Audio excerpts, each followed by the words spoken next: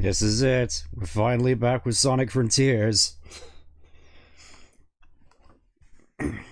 Sorry, just that almost sounded like some. Yes, it basically was. It was a a fan-made rendition from a friend of mine who basically redid the entire soundtrack for Adventure 2 to fit his mod. That's just basically the Maria theme. Anyways, he was so peaceful. I thought the bunny was 2 minutes late. Relax, I just wanted to let the music play out because obviously we're basically here at the end. The game may not be over, but as you can plainly see, the budget is. As fairly certain this was originally part of Kronos Island. Fairly certain if we go over here, all the way over. Yeah, you can still see parts of where we start off on Kronos Island. There's that that funny pyramid which constantly shows up on the box art. Yeah, basically, to pad out time, they just split this particular island in two, which I know everybody basically knows, but it doesn't change the fact that it's very noticeable.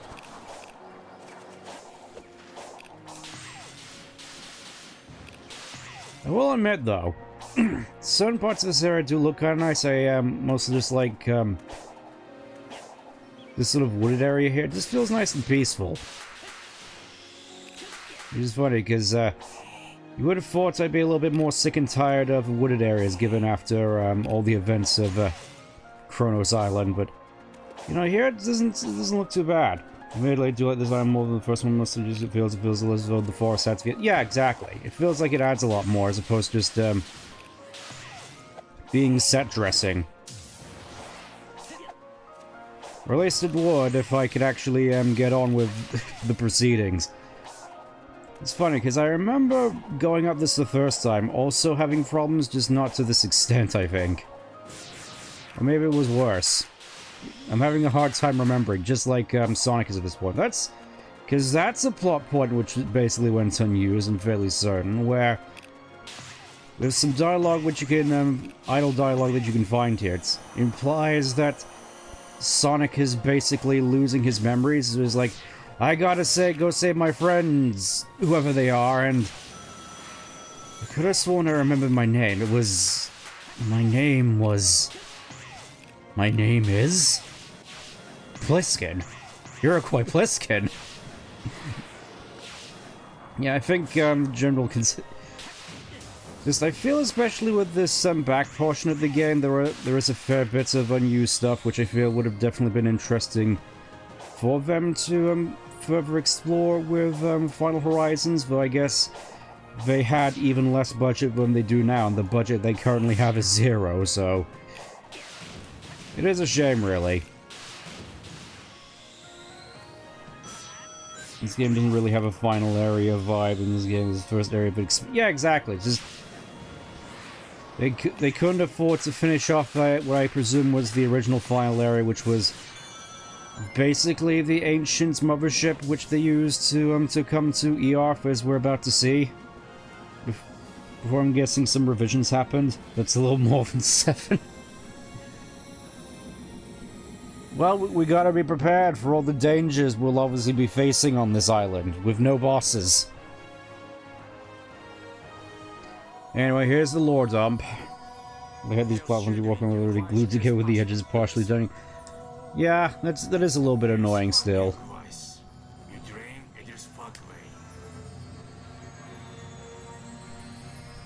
Hold on, was that in English? I could have sworn I'm supposed to be playing this in Japanese, surely. 999 rings and had probably worse sounding stuff. Yeah, pretty much.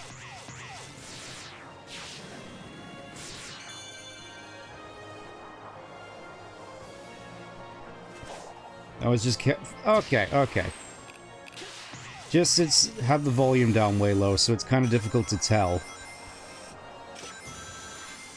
As we're very slowly about to get into a plot point which I desperately try to, I suppose, defend/cope with when I first played this. I'm sure we'll be able to get more context on it as we go on, but needless to say, nowadays I am not particularly a big fan of this effectively retconned, to be honest. It's not the most egregious... Oh. It's not the most egregious retcon in the world. It's not sort of timeless children bad, but then again, that's sort of not really saying much. It's like, oh yes, is this better than slowly being decapitated over the course of 5 minutes by a bear trap? I mean, I guess. If you really want to go there, then yeah, it's better than that, but so are a lot of things.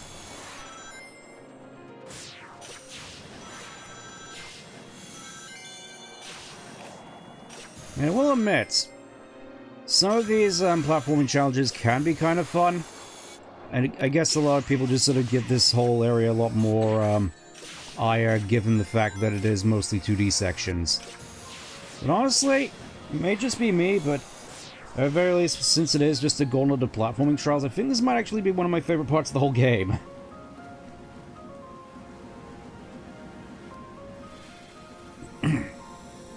Yeah, I feel a fair bit strongly about that particular retcon. I tell you what, I'm sure if you know what the timeless children is, then you'd probably agree with me. This honestly kind of looks like one of the UFO endings to Silent Hill. Especially the animation of all the UFOs there.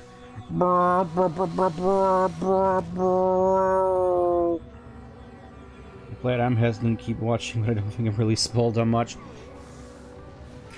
I mean, honestly, I don't think you're necessarily missing much. Also, I can't help but feel they may have inadvertently gotten a little bit of Ken Pender's inspiration for this with his whole Sonic Apocalypse script. Still wild that he thought that was a good idea around the time Adventure was coming. Actually, when was Sonic Apocalypse scripted supposed to come out? Was it like 2004 or something? Dying.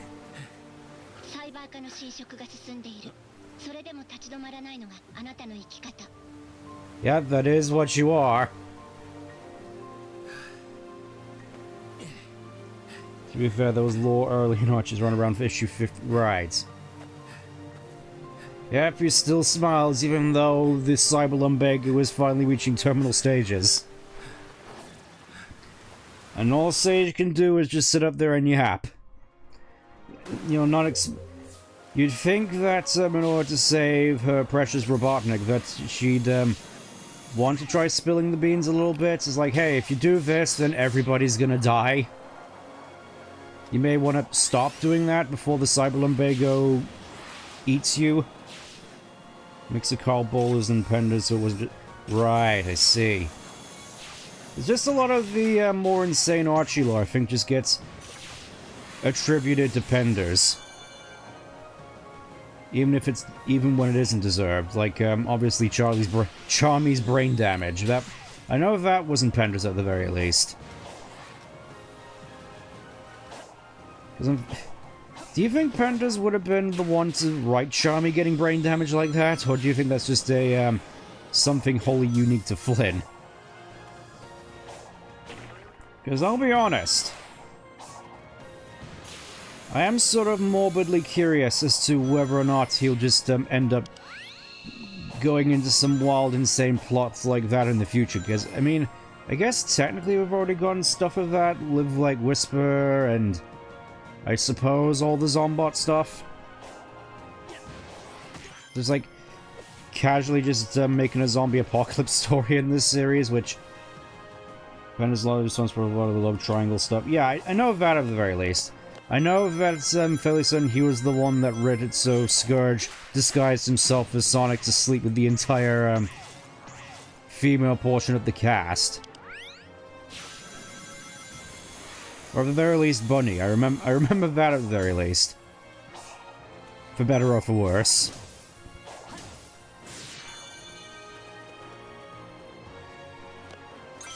And people wonder why Penders gets so much critique in his writing. I do gotta wonder though, is the Laura Sue Chronicles even coming out at this point? It's like I keep hearing about it, yet nothing comes out. It's been like a decade at this point, if not more.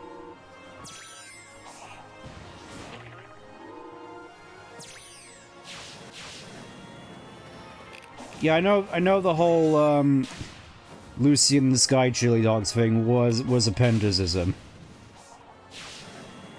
I know that at the very least. Again, Archie Sonic, man, it just... That is definitely going to be a trip when I eventually get to, reading all of that. I want to do it on stream, to be honest, though. Then again, I already had my, semi-related plans to do otherwise once I'm done with this. I was admittedly thinking of going through, the Fleetway comic on stream, because it's shorter, and it's British. So it's sort of... I'm sort of obligated to, give it a shot at some point at the very least, so I figured... You know... Starting to get a little,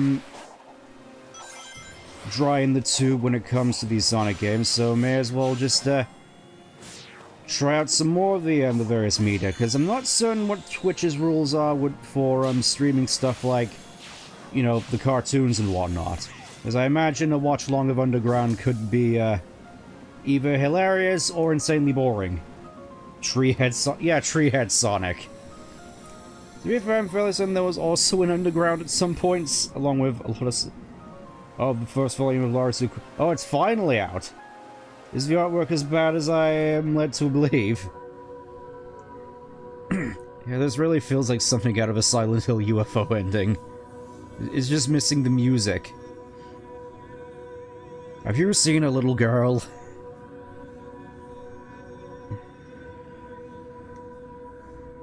Yeah, Yep, so this is basically insinuating that the Chaos Emeralds, which have been around all this time, came from space. They took these mystical gems, which have caused the rise and fall of countless empires over the years, and just turned them into batteries for an alien space engine. All the meanwhile, the Master Emerald is just lying in a ditch somewhere. I was constantly wondering as to where we'd get some further sort of details of the implications of this. It's like, what does this mean? What does it mean that the Master Emerald is here and not the Chaos Emeralds? Is it a retcon if it's never been stated over? I suppose it is kind of funny, because I'm fairly certain, I'm not certain where I've heard it, but I'm under the assumption that, the canon of the Sonic series at this point is basically, if people don't like it, we'll just remove it. Because it's like, this whole emeralds being from space thing has just never been mentioned again after this. It's just, they created this huge revelation with huge world-shattering implications, and then just decide to completely ignore it. Also, yeah, here we are in Giganto's arena, if it wasn't obvious before. Why is it whenever I look into what the Master Emerald is, all I get the answer is, I don't know. I think you can blame this game, because it was fairly simple in the early days. It was just a thing that was on Angel Island, it kept it afloat, and possibly sealed chaos inside, which... Still not a fan as well as how this game also diminishes Chaos as a character, where he goes from like being the god of destruction to basically just a re-evolved alien thing. Just makes Chaos seem a lot less special, honestly.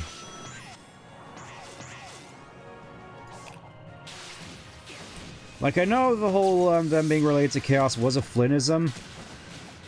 I guess in his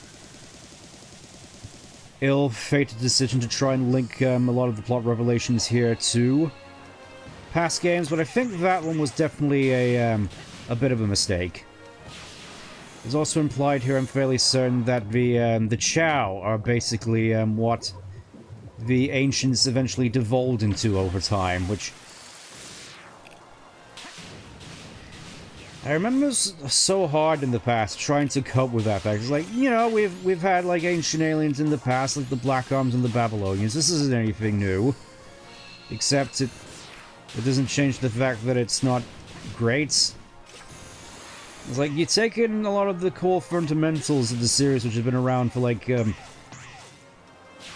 20 years at this point, and then just doing this to it. It just doesn't sit right with me.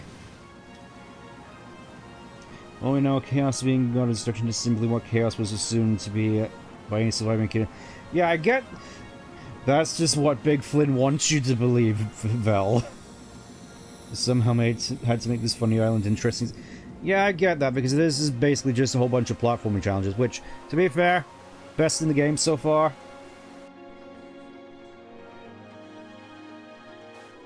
It is super weird just how this is my favorite part of the game so far, despite, you know, the huge retcons.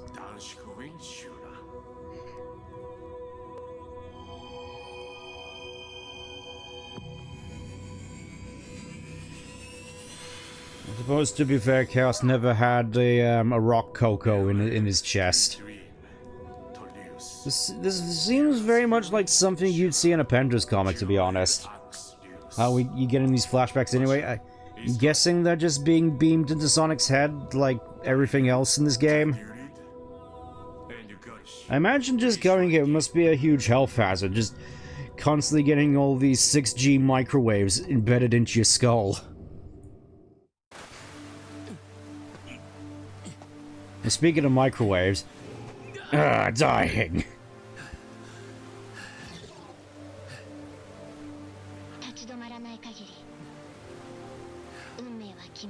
Yeah, you're just gonna sit there and yap, or you're actually gonna do something for once. This island would be perfect for a data set. I can imagine.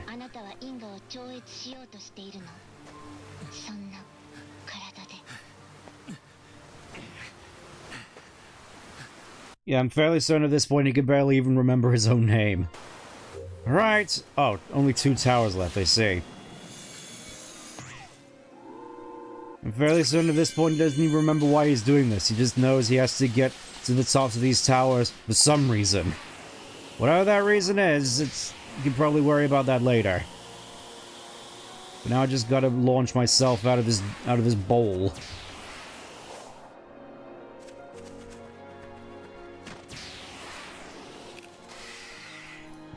Fairly certain this is just another spring, so I guess, surely there has to be some way of getting out of this ditch. Love how despite Sonic on the verge of a game and he's still flipping and dipping. Yeah! That is still pretty funny, isn't it? Well, here we are. I guess so. No, just looking for a way out of this, this box canyon in the middle of nowhere. Guess this'll do.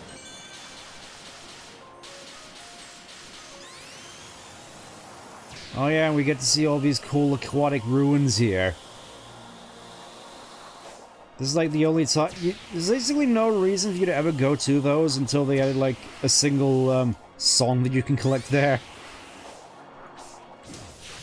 Like, I do appreciate a lot of the free content updates, but a lot of them do kind of feel like a bit of an afterthought. Or just, this is as much as we could do with basically no budget. That's just the general implication I'm getting from this. It's just, you can really feel the sort of lack of budget behind this, which is sort of ironic, all things considered, because everybody's complaining about how video games now have too much budgets. I think the main problem is sort of balancing budget with scale. I mean, me personally, I'd be happy with just a few more, just sort of games was on a more of a smaller scale, which I could just sort of easily digest. Get your minds out of the gutter. I mean, these enemies being here doesn't necessarily help things. Yeah, I definitely prefer just sort of more, smaller scale, easy to digest systems, because I'm gonna be honest, with a lot more of, more recent games with this obsession with scale, it feels as though they need you to keep basically playing them forever in order to, sort of recoup the costs through, live service accoutrements.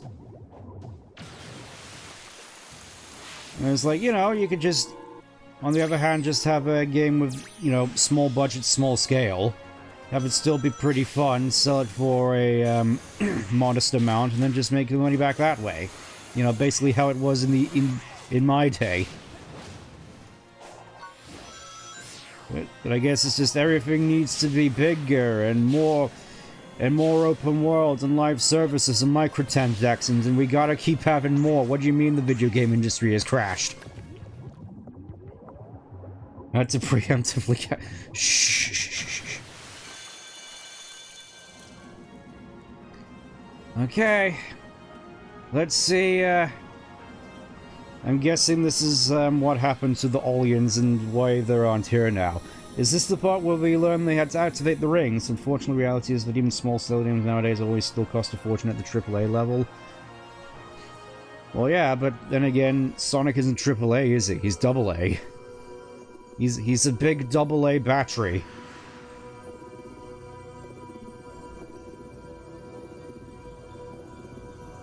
So I think in that sense it could sort of afford to have a bit less of a budget. Just has to have a scale proportionate to it. You're not allowed to say that, aliens. I know it's like a bajillion years until this point, but shush. You aren't allowed to say that name anymore.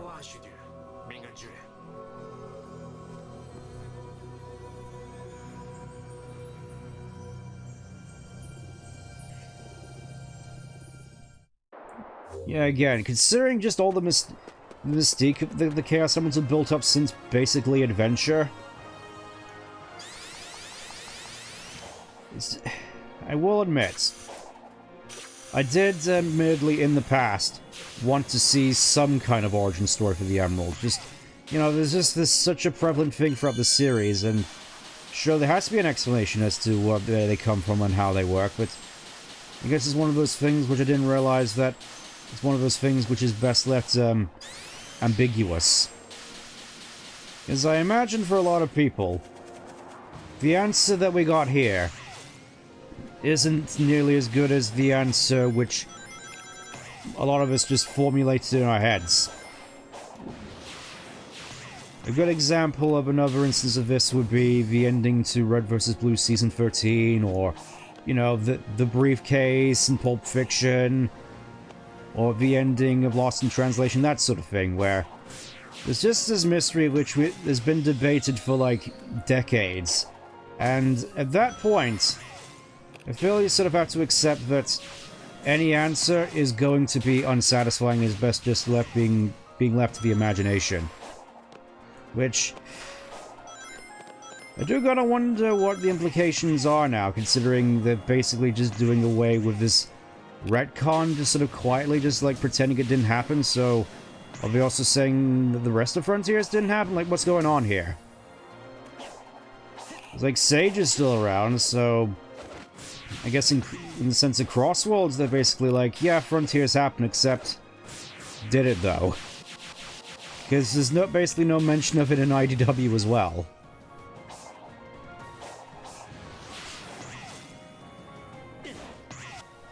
You still have this boneheaded thing where execs want to continuously push the game to new audiences as opposed to having them built for the core and go from there. Yeah, just... What can you say about all these various executives? They're just the most out of touch. They probably never played a Sonic game. You know, maybe they saw, like, their kid playing the, Sonic 2, like, a couple decades ago, but that's about it. Just convinced it's not going to be possible to make anything that's satisfying, at least from the rights, but ambiguity is best anyways. Nobody can get used to the little big planet level.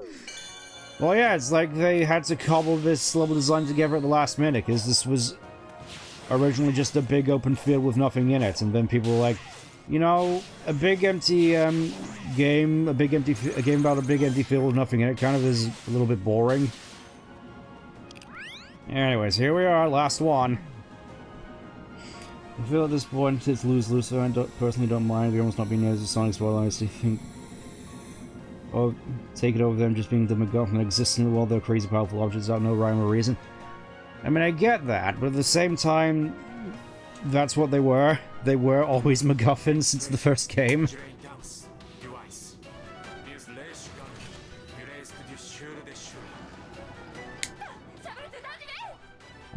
We finally get context for the aliens after we beat all the Titans. And surprise, there's a fourth one, because of course there is.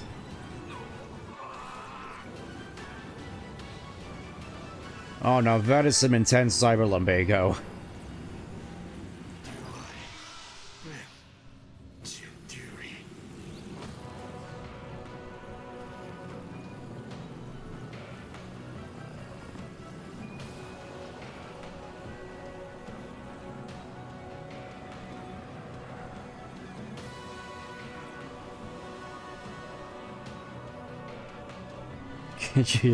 No!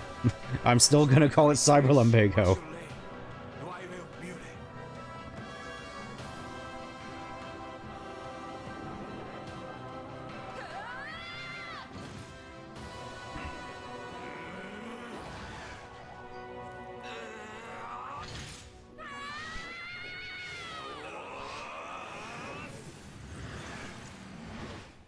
And then it just cuts, and it just fades immediately. It's just like, it would have been cool to see it actually being sealed away, but I guess not. We gotta see Sonic finally succumb.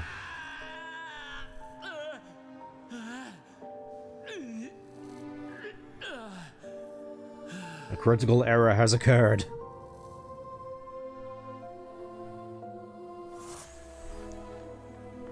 Imagine you can get some mean chroma keys in this area. Well, now look what you've done, you blue buffoon! You blue bonehead! You've doomed us all, you imbecile!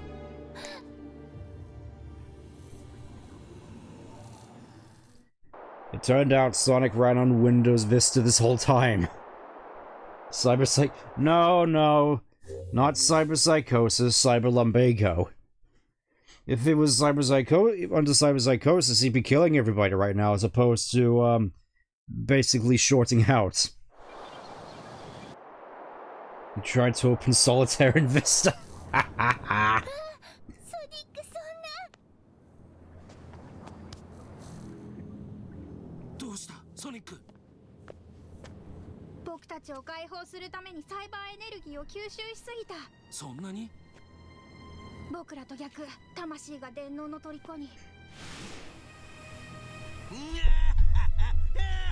Well, a win's a win, I suppose. Well, it's not too late, Robot, and you can just get a shovel. Oh, apparently he just got out on his own now.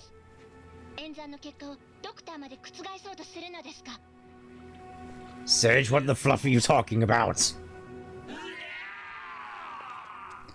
Now the gates has been unlatched, headstones pushed aside, corpses shift and offer room, a fate you must abide.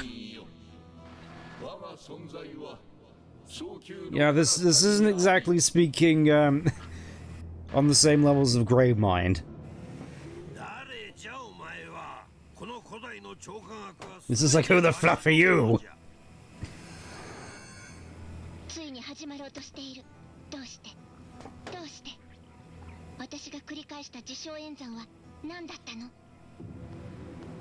And now she's beating herself up. I mean, I suppose it's...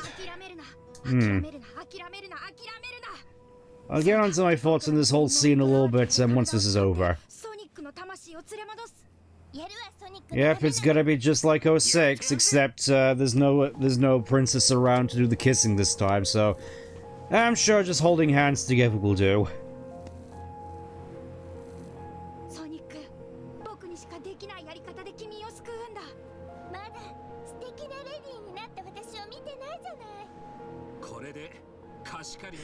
Now we're finally even, Sonic.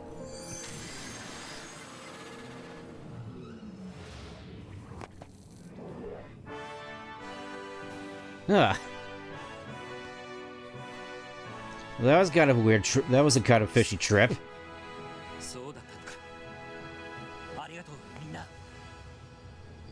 I guess we technically go off and finish the fight together.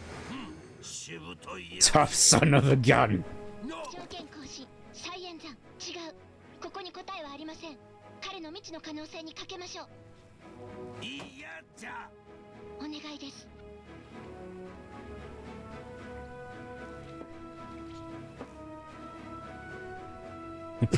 Potential?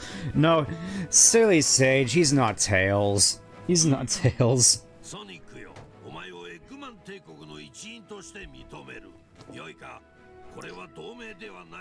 Well, I'm definitely gonna abuse this later, Robotnik. Commander.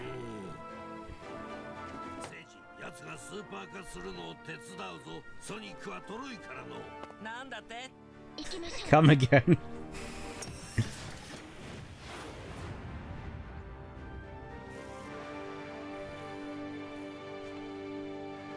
Okay, now we finally get on to the final island, which is basically just the second half of the first island.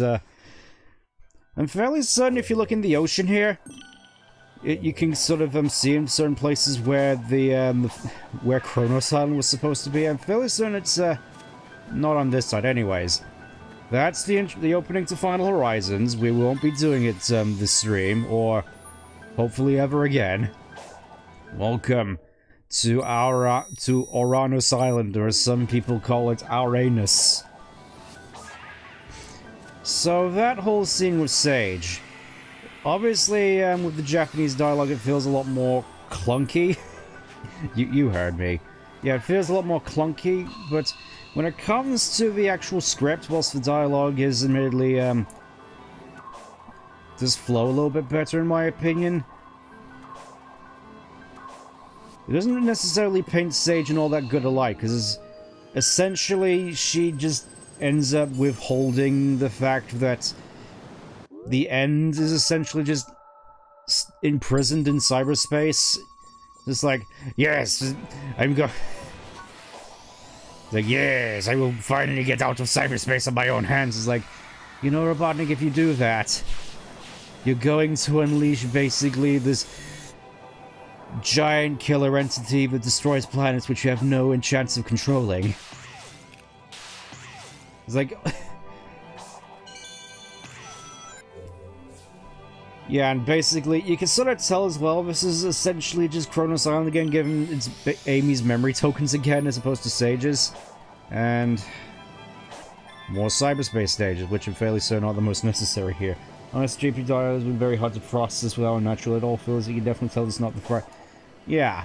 I just figured I want to go through it at least once, because I do tend to prefer playing the rest of the series in Japanese, which I suppose that just means another reason why I don't intend to playing this game again. At least not for a while. I mean, I imagine I'll probably come back to it on the stream out of obligation at some point. Make no promises, though.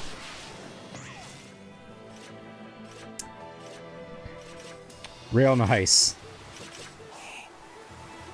There we go. Again, it's sort of hard to tell if the rails are supposed to be doing that or not. I'm led to assume not.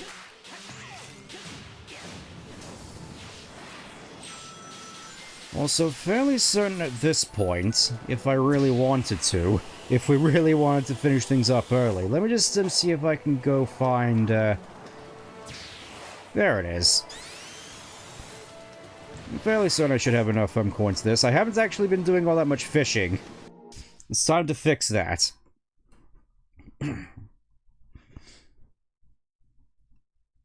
Because, to be frank, I don't necessarily remember, Uranus Island necessarily being the most fun part of the game. It just, again, feels like a considerable letdown compared to, some of the other islands. Or maybe it's just, every time I come here, I usually end up just being quite, tapped out. Oh, it's Relicanth. A whopping 48 tokens, yeah. If it wasn't obvious already, with each island you fish at, the amount of tokens you get each time increases, so... should be able to get a decent amount of stuff here.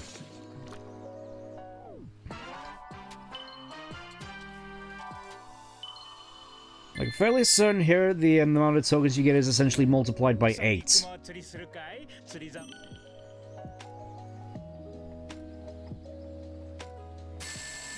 I want to get as many egg memos as I can get, though.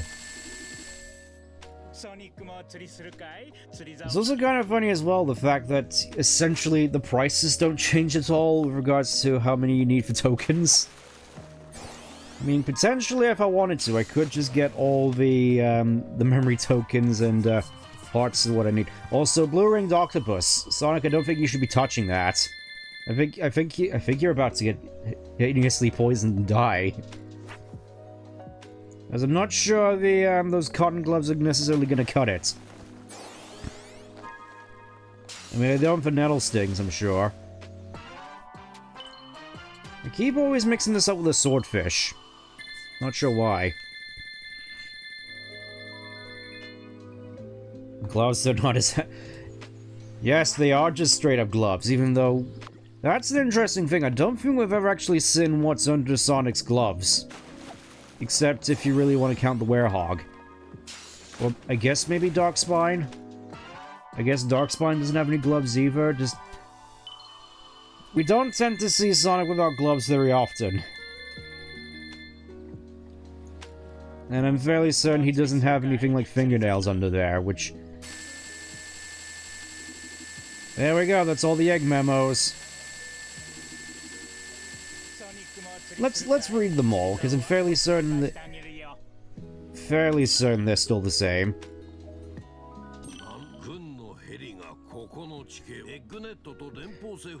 Yeah, fairly certain these are unchanged.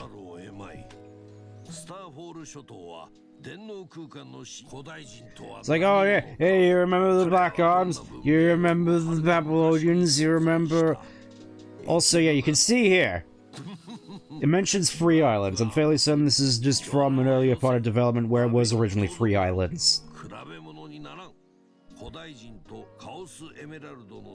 Built with the emeralds in mind. Obviously, so they share this. Yeah, basically confirming that the Chaos Emeralds are alien artifacts, and are therefore a lot less interesting.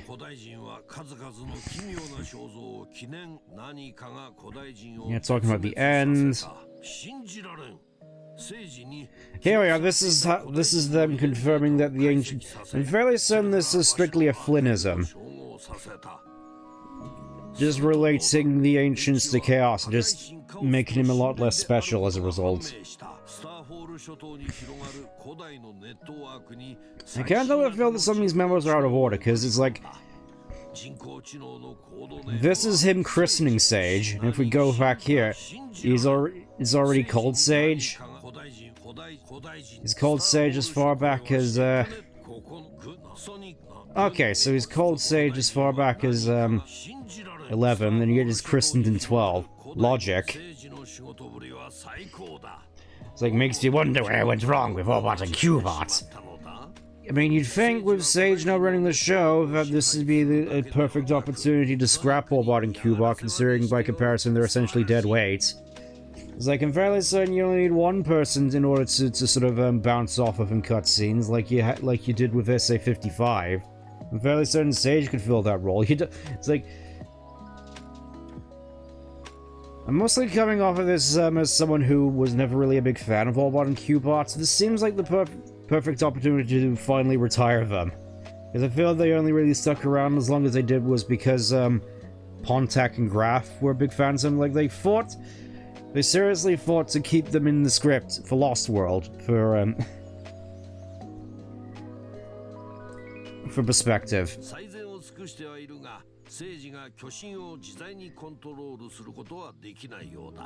Haha, it's funny because she's an AI and all she can do is prompt.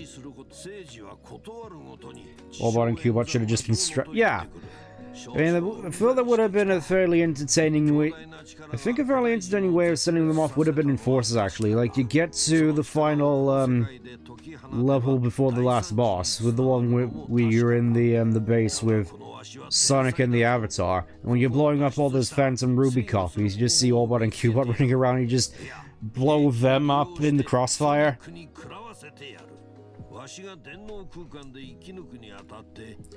Oh, we can't be assuming the computer program's gender. We can't possibly be doing that. Yeah, you can definitely tell the sort of era this is wrote in. Oh yeah, and of course, he had mommy, daddy, auntie, and uncle issues. Being constantly overshadowed by just absolutely everyone. It's like they're really going out of the way to make Robotnik seem sympathetic, and with the fact that he's now basically a dad, given his relationship with Sage, at least in the Western version, how exactly do you make Robotnik a threatening villain after this? Because, like, he can't be conceived as the, sort of psychopathic, maniacal, evil villain anymore, like he is in stuff like Archie, because he's a dad. He's a loving dad. It's like, you can't... It's a lot more difficult to want to see the downfall of someone who's a loving dad. It's like this whole thing with Maria, I guess, makes sense as a motivation, but the relationship with Shade really just sort of kills it.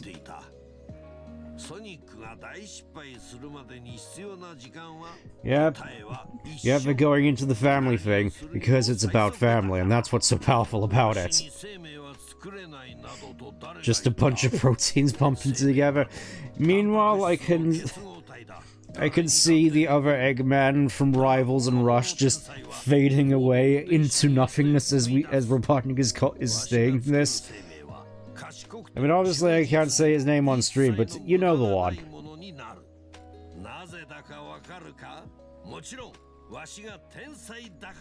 I still think he has potential. I understand how he uses Sage, but I think I kind of agree. Eggman Zero. I think that's a good look. Eggman Zero, or I called him in the past Robo Robotnik, as a sort of Archie parallel. Yeah, and it's weird that the last members here are just ones going over just the main cast. Like, obviously we got Sonic. It's like, haha, I decided to call myself Eggman. That's why I won't get super annoyed whenever he tries to tilt me with it.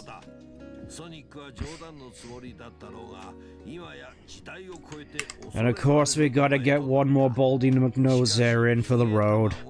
I am so glad this bit has been retired. It's like, oh yes, then we got Amy right here. Come a long way.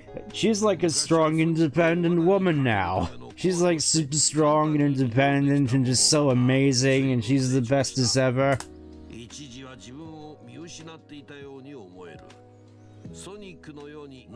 I mean, I guess it's not as bad as some other sort of placating speeches for female characters, but it still gets that sort of point across, doesn't it?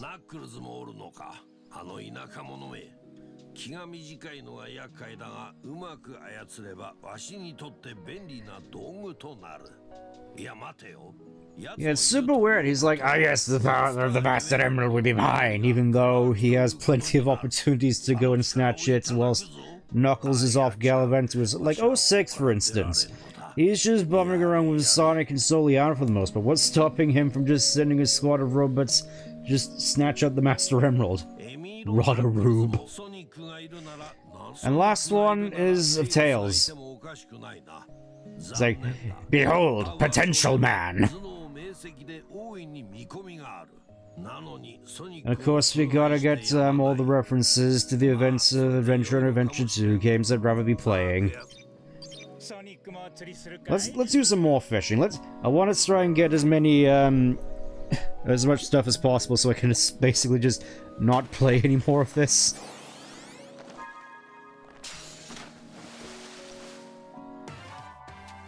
This was definitely a bold choice. It's like, well, what if people don't actually like playing the game? Well, you know, we'll just add a nice easy fishing minigame so that if people don't like the main game, they can just skip right to the end. Ooh. Getting extra spicy with the QuickTime events now. Oh, it's just a single gold card, and that's it.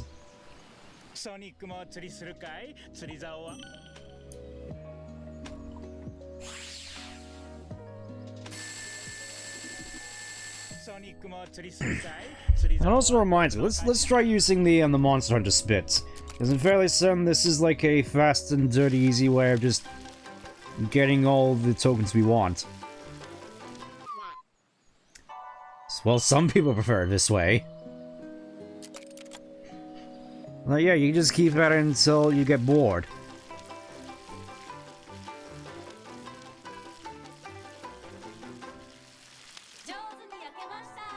Definitely a bold, ambitious decision, honestly. Tasty. Human flesh. Yeah, just... That was certainly a bit back in the Snake Eater stream. I want some more! Yeah, very certain this is a whole lot quicker, honestly. Come on, we gotta grill up all the meat we possibly can. I gotta wonder though, what exactly is the meat from? Where are you getting all these cutlets, Sonic? All these in-bone-like cutlets? Where are you getting the meat, Sonic? Why do you have an infinite amount of meat? Do I want to know, honestly? Also, nice to see the lake in the background just constantly just flickering. I'm not sure whether that's intentional or not.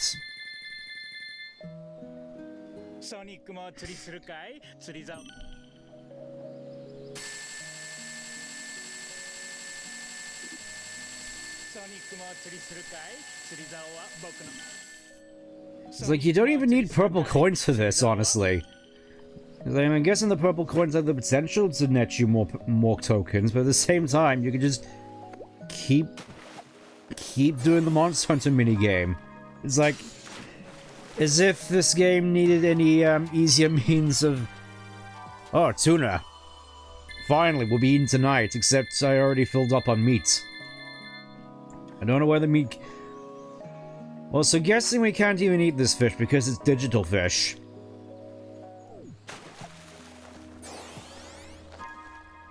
We could go for some tuna. You sound like my cat.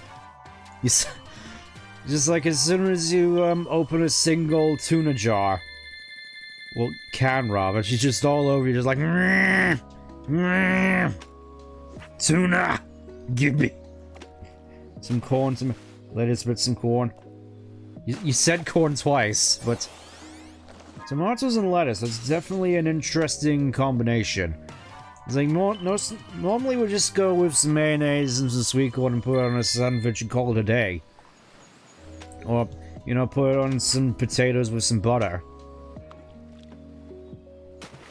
Like baked potato. That's an interesting... Do you actually do baked potatoes over in the Americas? Or do you just opt for, like, waffle fries? I like corn. I mean, it's fair. There's nothing wrong with a good bit of corn.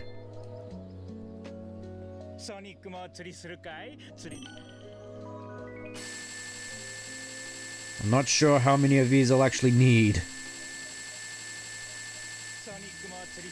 We're just gonna keep running for some diced tomatoes on this and lettuce and baked potatoes. What's potatoes, all? Brussels? Ooh, golden relic cap. We found a shiny. I mean, I will admit, at least with the fishing minigame, you do get some fairly amusing catches. Potatoes! Boil them, mash them, stick them in a stew. Boil them, mash them, stick them in a stew. It's like, I've had that particular remix just stuck in my head for like the past 15 years almost. Rainbow colored... Sonic, you probably shouldn't be touching that. I'm fairly certain it's dissolving your glove. Put it back already, Sonic, please. Sonic, you are going to die. It's like, do you seriously want to throw away your friend's sacrifice for a funny bit with the frog? I mean, lobster, at least we can have Thermidor. I think I've only had Thermidor once, and... I remember it seeming a little bit disappointing, in all honesty. It's a shame, because I would definitely like to try it again at some point. Never had lobster or crab. I mean, I definitely recommend it at least once. Especially lobster.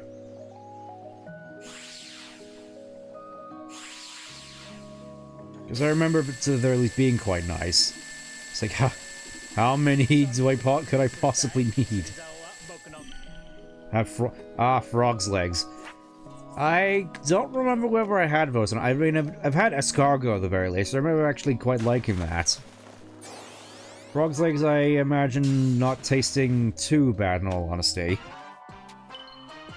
And then again, over here we do we are supposed to eat jelly deals, and yet I've never had any of those. It's one of those things that I do definitely want to try at some point, just to say I have. And I'm fairly certain you can... Sadly, I am only an eel.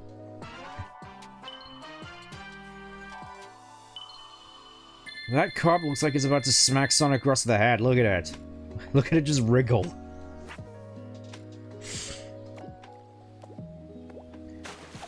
Yeah, I'm not certain as to whether or not I shared the story with you or not. It's, speaking of crab, I remember specifically I was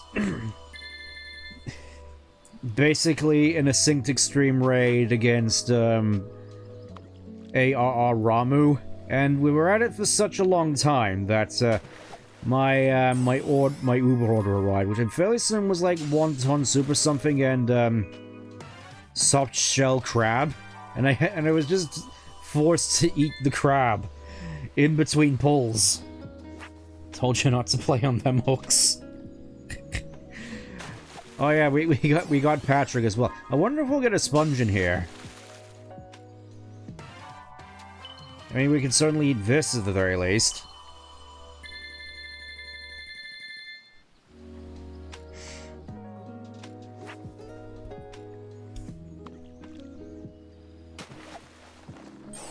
I will say as well, I am definitely quite a fan of the music here. It's very... You got SpongeBob's Bully. Well, we also got some fast travel as well. 64 tokens. 32 tokens. 16 tokens. 8 tokens. 4 tokens. 2 tokens. 1 token. Half token. Quarter token. I heard a legend. Oh, allegedly, yeah. It's like, we can't be going off of assumptions like that. You know what they say about assumptions.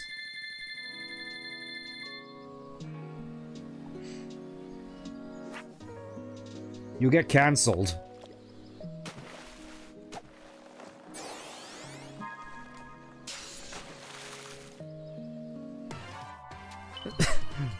Yep, Sonic's definitely poisoned from that. Yeah, there's no way those aren't going through his gloves into his hand and just giving him the most insane poisoning. So that's what happened to Mr. Puff.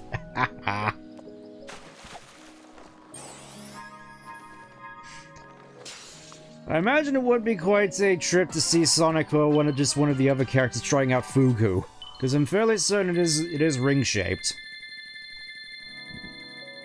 At least that's what I've heard. Aw, man, I'm out of coins. Oh, it's fine, at the very least, I'm fairly certain I got all I need. We'll go... Oh, sold out. 10. Let's see how many we have at the end of this. Okay, we got plenty.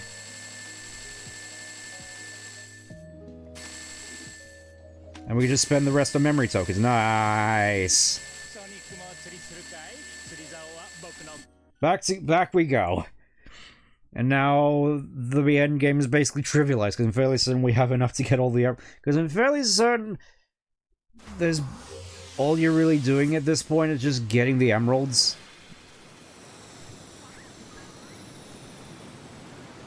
Like, ah, that was kind of nice. There we go, fast travel unlocked. And just like that, the entire sky lights up like a Christmas tree. You can certainly tell the ending to this was kind of rushed.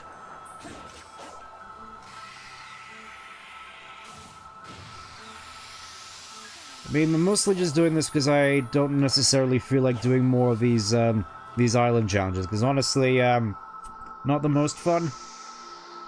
Like, I can definitely, I can't do it feel if I just come back to this again, I'm just going to end up essentially just doing fishing constantly to skip most of the content.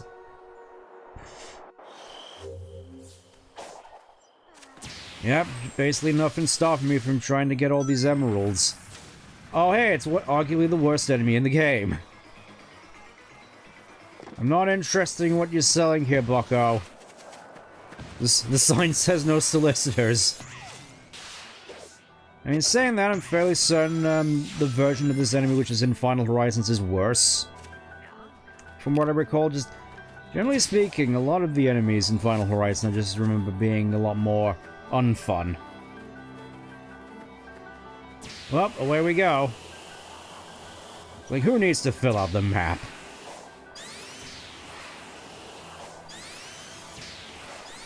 I mean, oh, and it's these guys again. That's the thing, though. Just, it feels as though just a lot of this this island is just full of some of the more annoying enemies, like these ones, which basically just trap you in place. And it's cool the first time you go for it, but on repeat instances of them running across me, just like, can I please just move on? I have somewhere to be.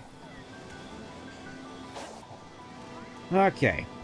I think at the very least I want to try out this one, because I feel at the very least compared to Chaos Island, these cyberspace levels here are a little bit of an improvement. There's one in particular that comes to mind. Yep, let's go. I want to do this one at the very least, because, hey, you remember Metal Harbor? Again, this just makes me wish I was playing Adventure 2 instead.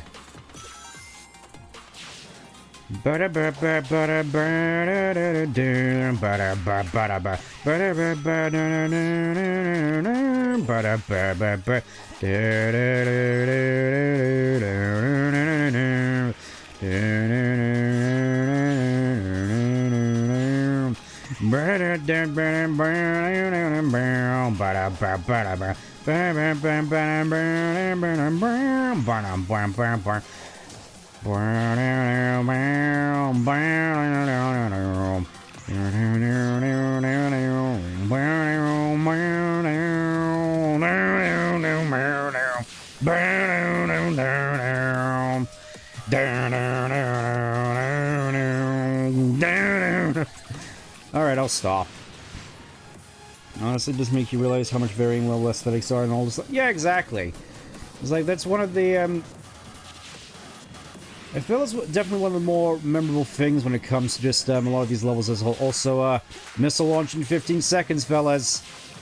I hope you're ready. Oh, I missed the red ring there, shoot. Consider we've been largely relying on the same handful of level gimmicks for the past day. Yeah, it is. All things considered, this definitely doesn't feel like that much of an improvement compared to Forces.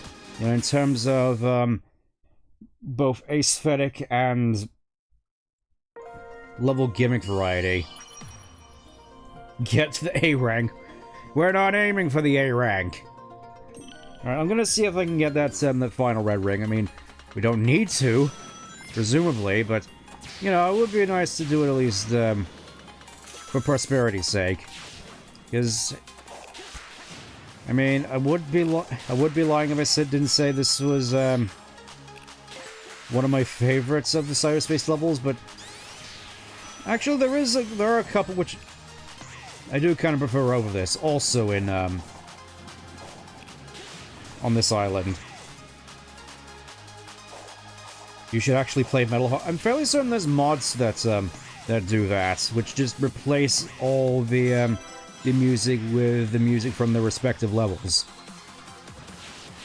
Again, just another indication of wanting to go back and play actually good Sonic games. Relatively speaking. It really is a shame, really, because with the reception this game got, you know, highest grossing Sonic game in Japan and whatnot, I can't help but feel that a lot of people's thoughts in this game are based around the fact that it was essentially good enough at the time for people. It is really like Colors in that aspect, where... Oh. Well... It's like a lot of people just said it was fine for the time, but even then, I definitely prefer Colors over this. Because... Again, I can't help but feel that I did Colors a little bit dirty back when I played it, because... It's like replaying the levels in that game is sort of part of the point. It's just... That game is actually built sort of around replayability, like actually going through the levels to get good ranks and the red rings and whatnot. Whereas here, it's just... I mean, I guess there's replayability with the missions, but outside of that, it just...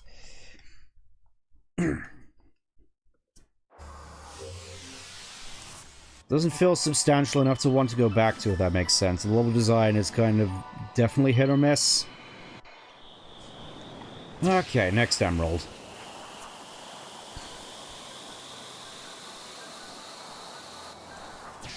There is definitely one stage that I definitely want to go and check. Also, we could fight Ghost here, but I don't want to.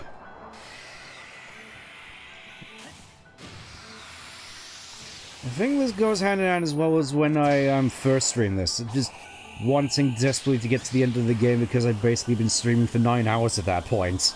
Whereas here, it's just...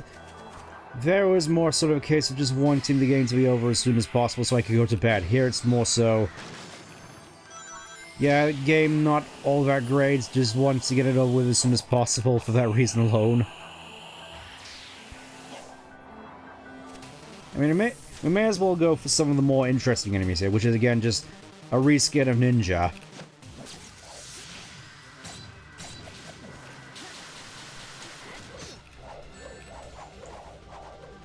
This definitely feels like it was supposed to be like a big sort of notable area, because I'm fairly certain this was in all the promotional material as well. You know, just this big field of flowers. Close enough. Don't even need any portal gears at the moment, but I'll take it.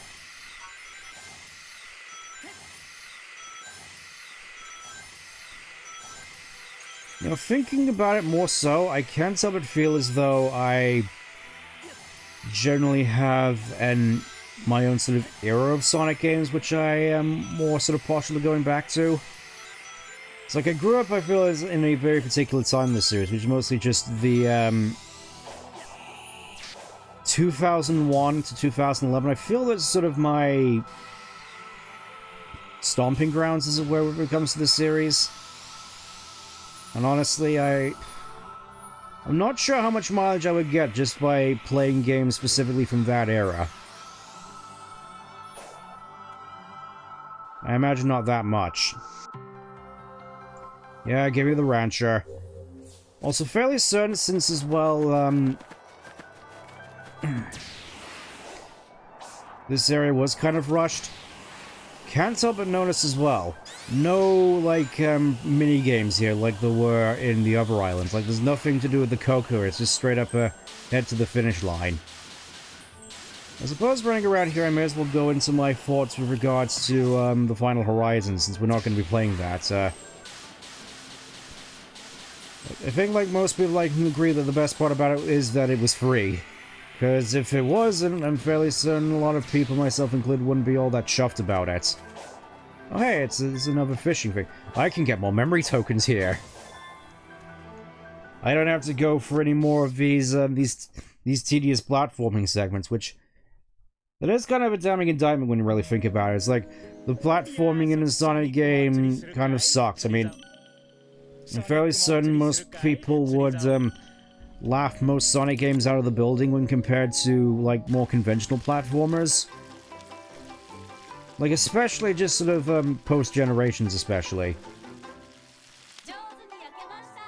Just thinking, what kind of, Sonic games would actually be well-received as, like, proper platformers, because... I'm not sure whether or not Adventure would cut it. Maybe Adventure 2? Though... that's sort of a stretch. Possibly Generations? I mean, obviously, like, the main sort of 4 classic games and Mania. Those ones obviously come to mind. Give me more memory tokens, you glutton. I wonder if that's how Big got so big in the first place. Just constantly being fed all of these, like, meat sticks that Sonic keeps feeding him. I mean, to be fair, this is supposedly a digital Big, so... I'm not sure that necessarily counts.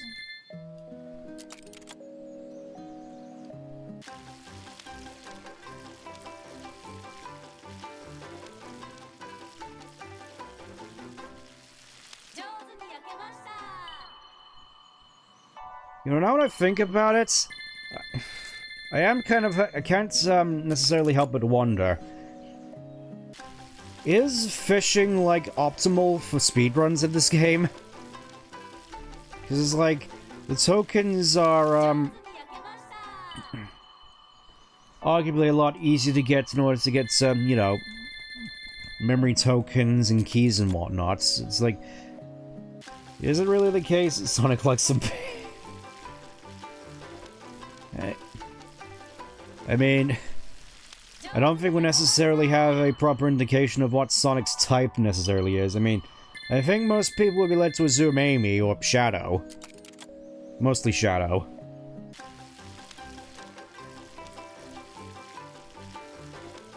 Because the fangirls of this game are basically just like that.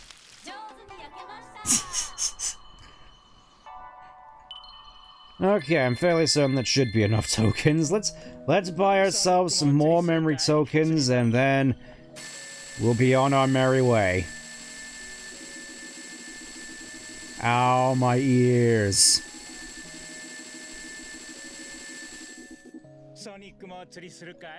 Like, surely that should be enough, right?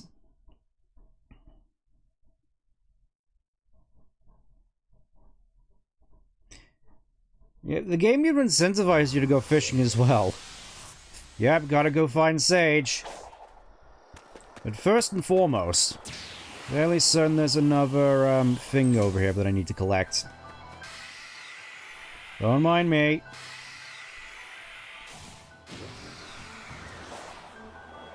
Yeah, let me just casually collect the Cyan Emerald real quick. Again.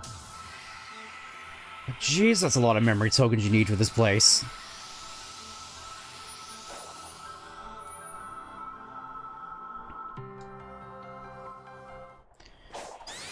I'm just gonna try and snaffle up as many emeralds as I can find, because I'm fairly certain the only one we need, oh, we basically can just get all of them at this point. It's like, I can basically I can end the game whenever I want to. I can quit whenever I want to. Fairly certain there was one stage which I missed out on doing last time, which I kind of want to do this time just for, the sake of doing it. I'm gonna try doing that one first. You know, if I can get over to it. Because for some reason I couldn't figure out this puzzle back when I guess just, tired, belligerent, and whatnot.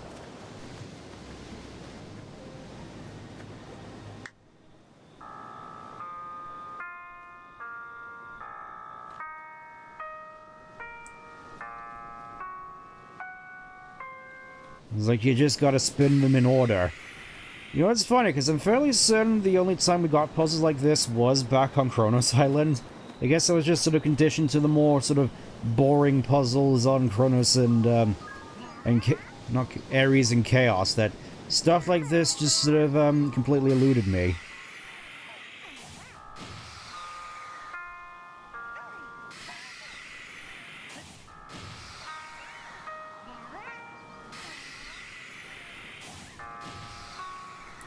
Alright, simple enough.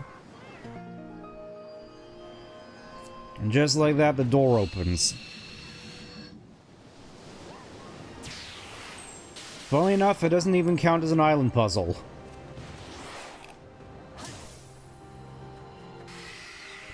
It's like I'm constantly getting gypped. Open the fucking door! Or do you understand me? No! Or I'll fucking kill you. Nice to see that that particular video is in all of our headspaces still. I still don't know the whole context of this whole thing. Like, what was his deal? Was he really after, like, some young girl, or was he trying to get in to do something nefarious, or did he actually care for said girl's well-being and basically just wanted to white knight?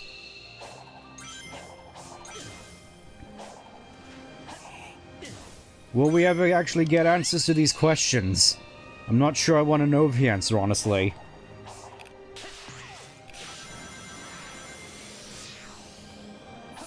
Oh yeah, and I think this is arguably one of my favorites of the, Hidden Cocoa segments.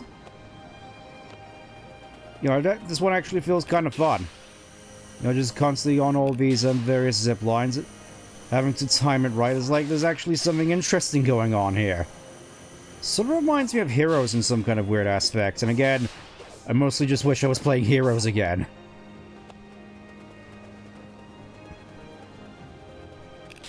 I wonder if that's just going to be how I feel about all these games now. We're just denying all the more recent games out of hand just because it's not the old stuff I grew up with. Because I know none of it was perfect. Arguably, some may consider none of it to be good either, but... Cowboy! It's easy, he got lost on the way to Whiterun.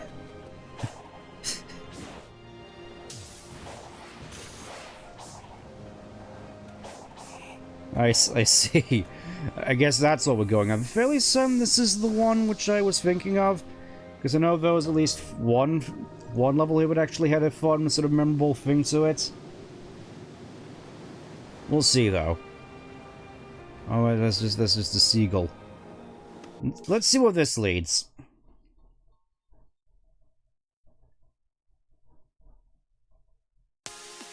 Okay, it's not the one I was thinking of, but, you know, this one's still pretty fun.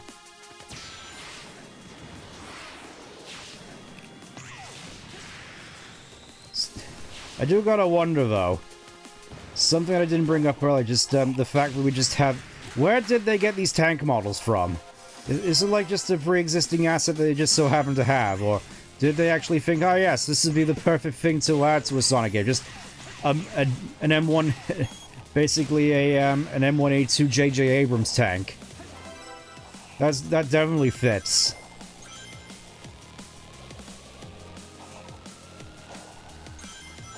I remember specifically this section kind of screwing me up with the drop dash. Playing this while playing Skyrim. Yeah, I imagine that being quite a move, though. I suppose it is an interesting case, because it's like, what replay value even is there in Skyrim? I imagine, given how long it's endured, there must be a plentiful amount of it. I say as someone who's barely played Skyrim.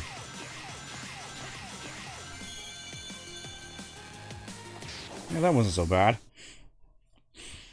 Asses from the chat. You mean they were working on it basically at the same time as Frontiers? That doesn't sound right.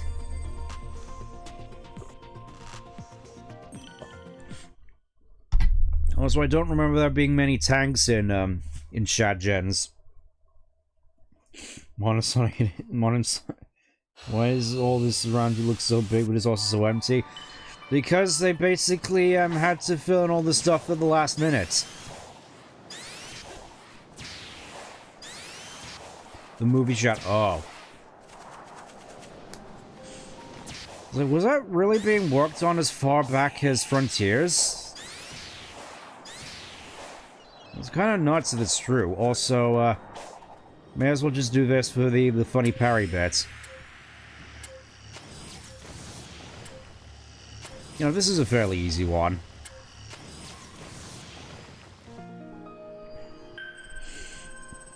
These games are technically in production for years. They just have random assets like this lying around that they use freely. So, you mean that there's just some instance of them just bringing back that tank model again?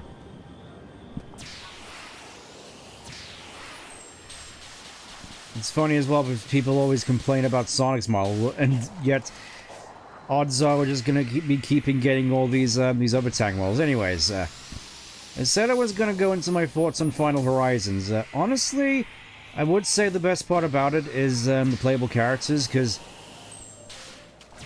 like, whilst obviously they had their issues, like very, very pronounced issues, just the core concept alone, just on a base conceptual level, this is definitely how I'd want optional characters to be handled in the future. That just basically being essentially the same sort of philosophy as in the classics, where They have the same sort of base moveset as Sonic, but have additional things that go along with it in order to sort of make them more unique. He calls them Nugs like they're engaged.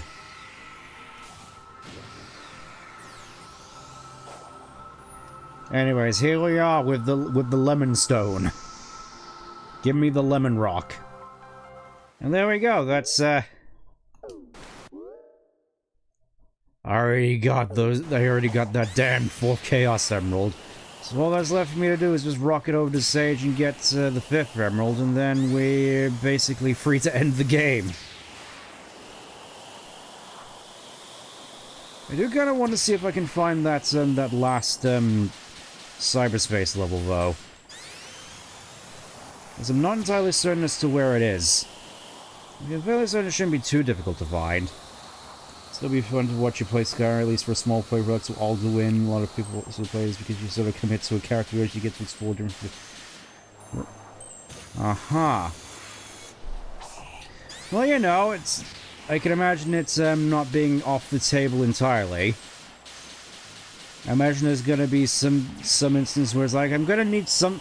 It's like, I don't necessarily have anything to stream on a Saturday. What can I stream on a Saturday? Guess I'll just finally boot up Skyrim. It's only a matter of time. I could never escape it. This is one of those last golden era Bethesda games with talent and ability to make something like that. Yeah, it really is kind of heartbreaking what happened to Bethesda, because, like, I remember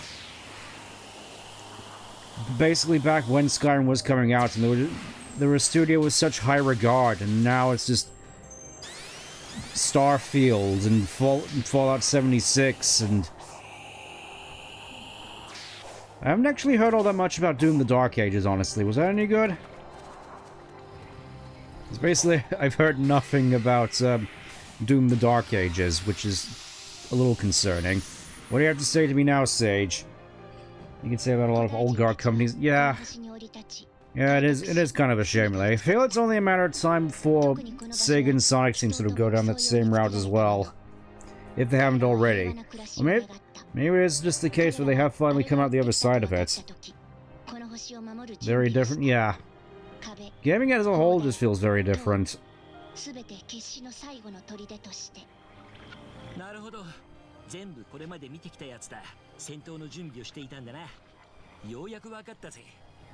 Yeah, basically a last holdout. Yeah, a lot of this is admittedly kind of depressing, in all honesty. Just like, yeah, we're basically gone, so we're just gonna record our final moments, just be here for each other. That's more or less been the Doom trilogy. Eternal doesn't play like 2016, and Dark Ages doesn't play like Eternal. I see. It's like, I basically heard a lot of people just being not all that,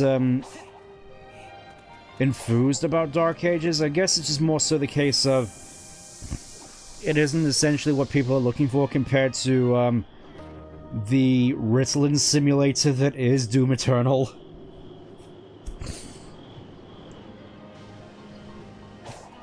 I feel it's a lot like Ultraco in that aspect, where I feel as though I don't have enough mental illness in order to play it properly.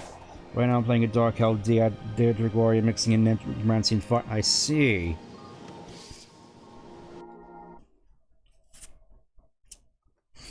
Anyways, I think this is the one I was hoping to go into. Like, at last, an actual original level gimmick, kind of. Yeah,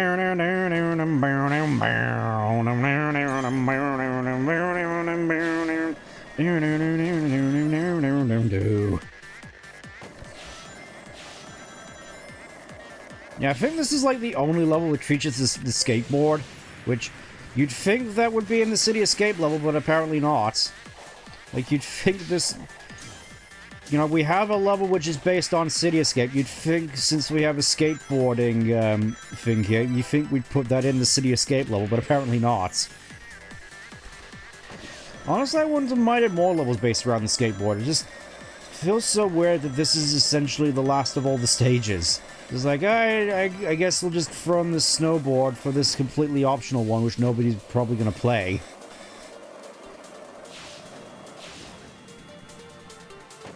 Does definitely feel like one of the most fun, though.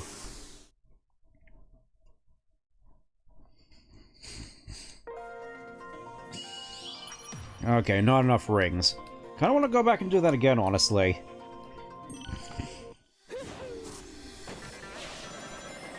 I am a little bit curious, though. How much more of this game would you want me to go through? Because it's basically once I get the Green Emerald, we can essentially go straight into the final boss. And just, end it there. It's like, we can keep going, it's just a matter of whether you want me to keep going.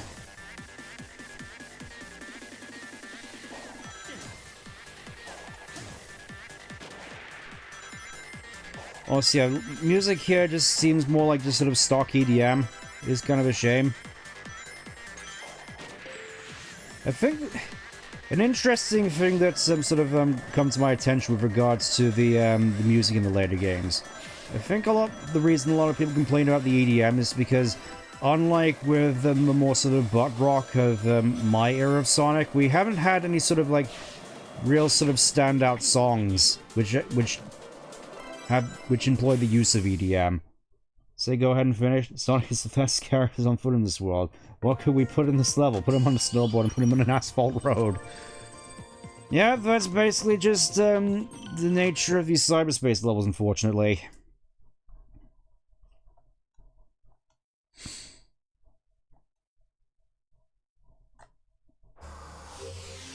Alright, let's bring it home. We already got enough stuff, so... Oh... Away!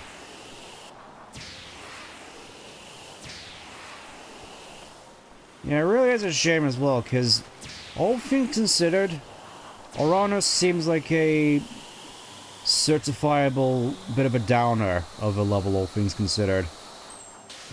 Just a bit of a letdown of a final area, because... Again, fairly certain that in the original script, you were supposed to go into essentially the Ancients' world ship, or basically the ship they arrived on Earth in order to, unlock some sort of secret in order to defeat the end, and I feel that would have been a lot more interesting compared to this. I'm at least assuming that was the original intent.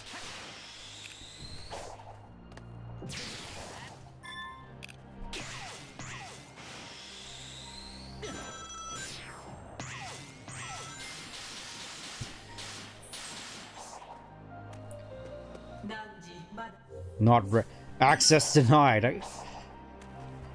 Okay, so it was all the way over there. Kinda want to go up here, honestly, because I'm not certain as to whether or not I have enough memory tokens for the, for that particular discussion with Sage. It's like, if you're a long-time fan of the series like me, then you probably know which one I'm insinuating on.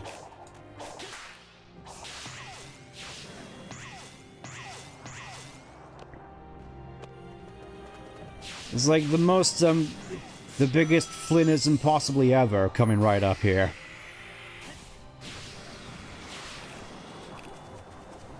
Okay, so way up is over here.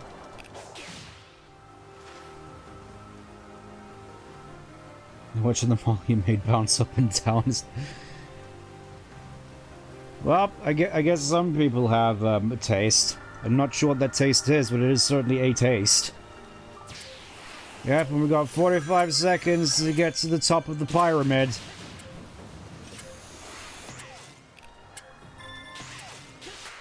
Also notice there's just a whole bunch of purple coins everywhere as well.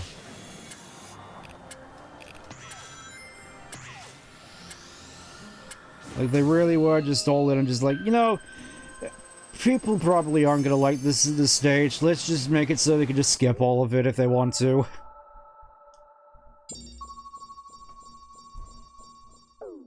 Okay, just want to check if I have enough memory tokens for this particular discussion, and the answer is no, of course not. That is a ridiculous amount of memory tokens in this area. Oh well, it's a shame.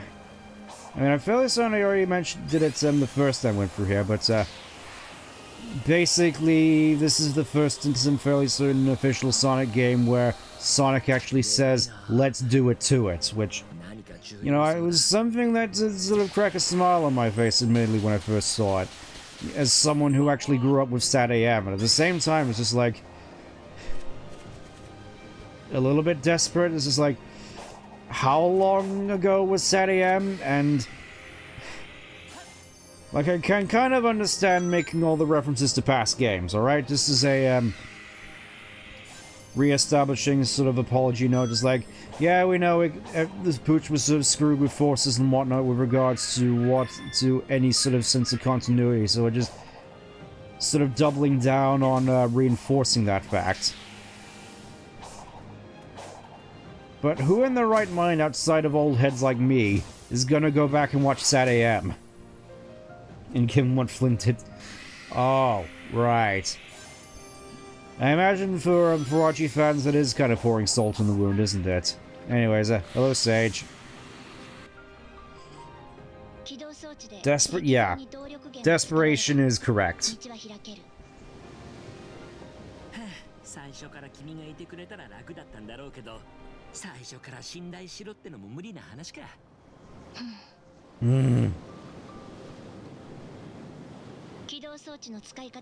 I just love how she just slowly rotates.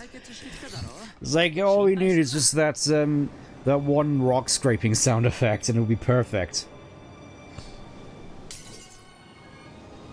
I sure hope you like, Ikaruga, because we're gonna be playing a lot of that going forward.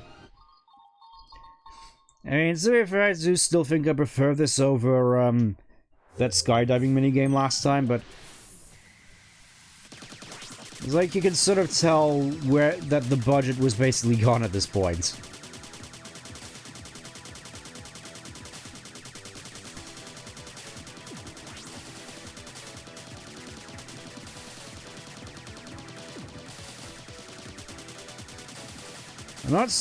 I'm not certain as to whether just shooting it like this actually works or not.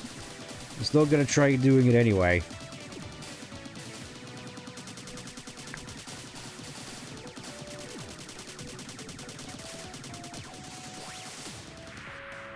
Well, there we go.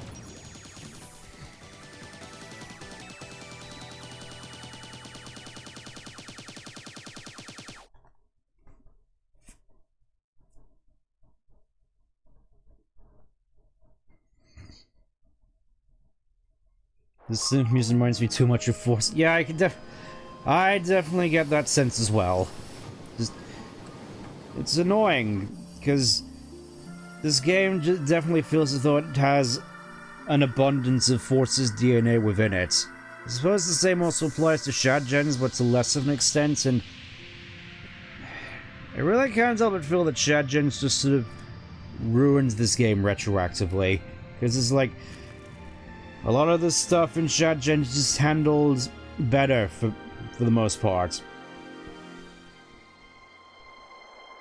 To a point where it just really makes us feel a lot more primitive, unfinished by comparison. Yes, let's go find the singular Chaos Emerald.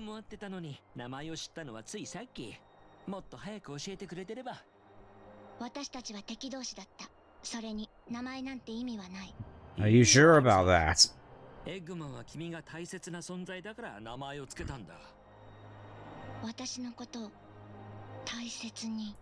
How has it taken you this long in order to comprehend that? I'm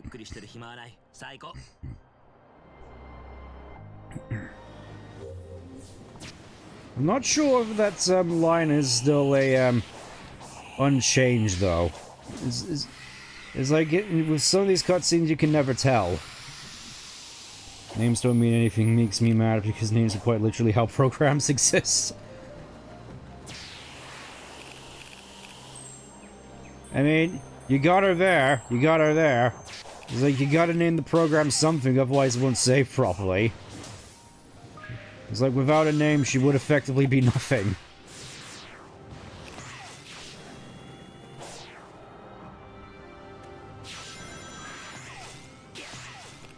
I will admit, whilst this is just a lot of the more tower climbing that we've seen, basically starting from Kronos Island, this does still feel a lot better than what they were trying to do in Final Horizon, where it really did feel like somebody tried to make a kooky parkour map in Halo Reach.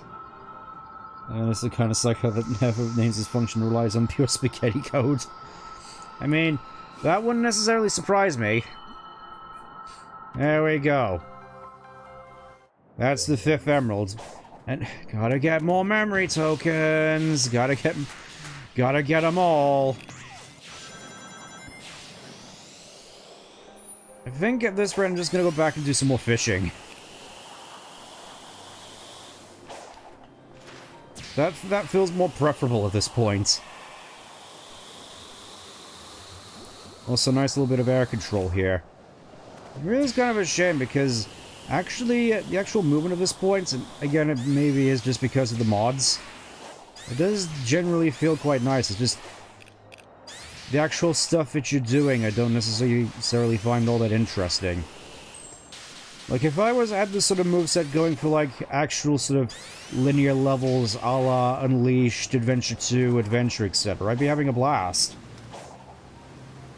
Untitled, parentheses 9.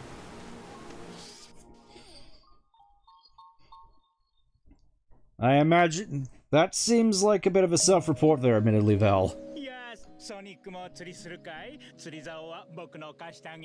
I'm sure it isn't, though. I'm sure it isn't. It's just, probably just something funny you've seen along the way. Not at all. It's like, you sure about that? You sure about that? Oh, hey, it's Vector's brother. We finally found him. Here to spread the word of of his Lord and Savior. Name's my files bothersome Fang Beast.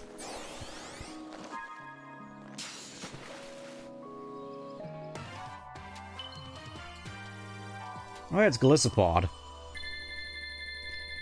He's gonna club me across the face in a minute.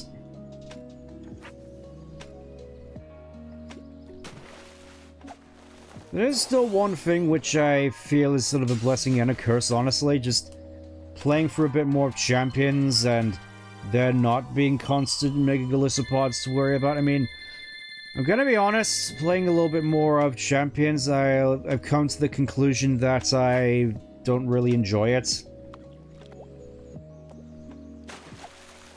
Like, I feel I would get a little bit more out of it if there was, like, a proper sort of, single-player experience, sort of like in Battle Revolution, but... I just find myself not exactly finding online multiplayer games all that fun, to be honest.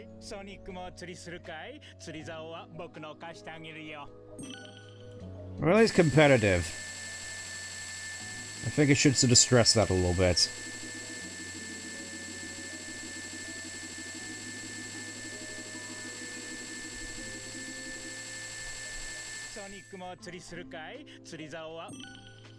I'm not certain as to how many tokens we'll actually need, so we'll just keep going until morale improves.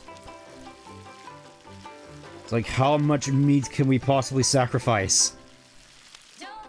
How many beasts must have their meat harvested before the game is satiated enough to allow me to progress?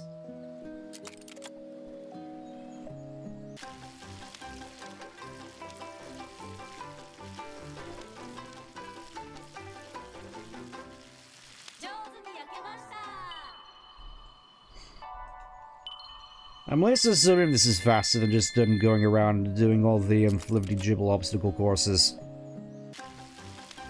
Hey Sonic, have you seen that little woodland creature that came passing? Like, what woodland creature? Juicy. Pretty tasty.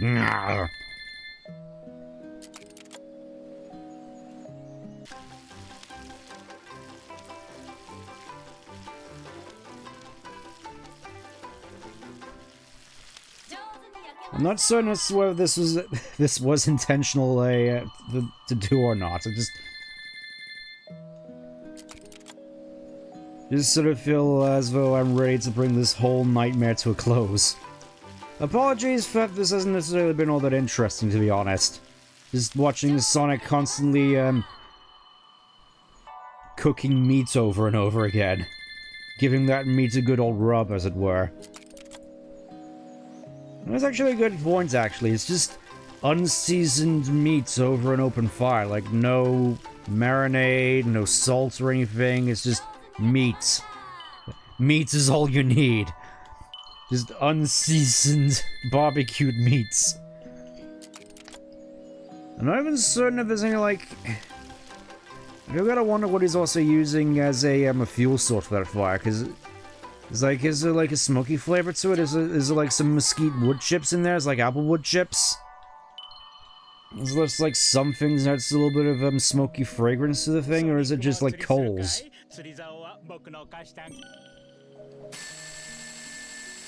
This is seeming more and more like a British barbecue by the second.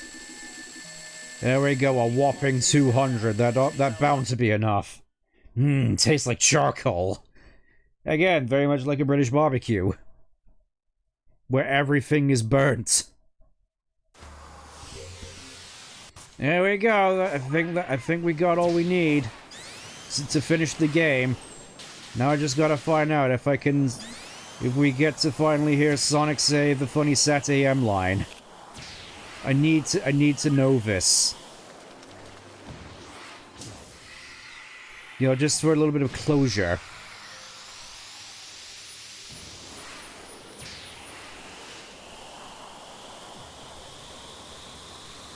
Well, so speaking of British barbecue, this is like the typical British summer weather.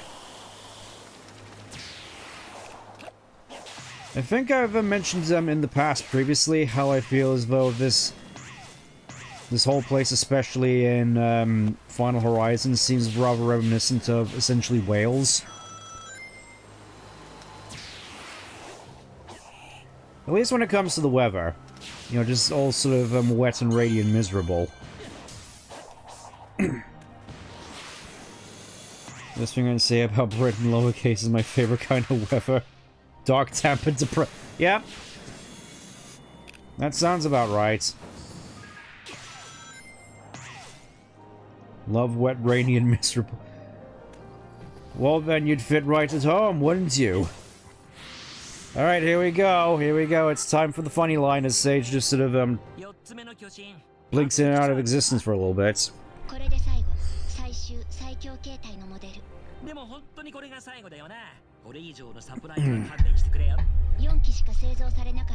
Yep, only 4. Yep, he said the thing technically. I do gotta wonder how that translates out to the Japanese, honestly, because it's like, you know that none of the Japanese audience are gonna get Sat AM. It's like, if the youngins don't understand Let's Do It to it, what chance do the Japanese have?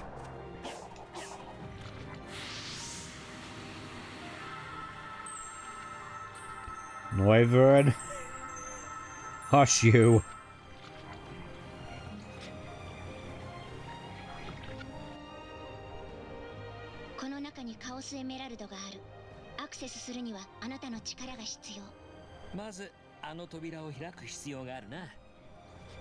Icarus.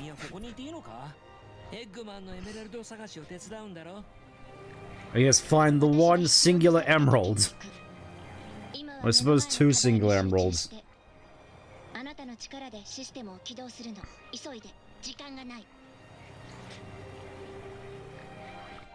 It's not seeing people rediscover stuff that's just normal for me.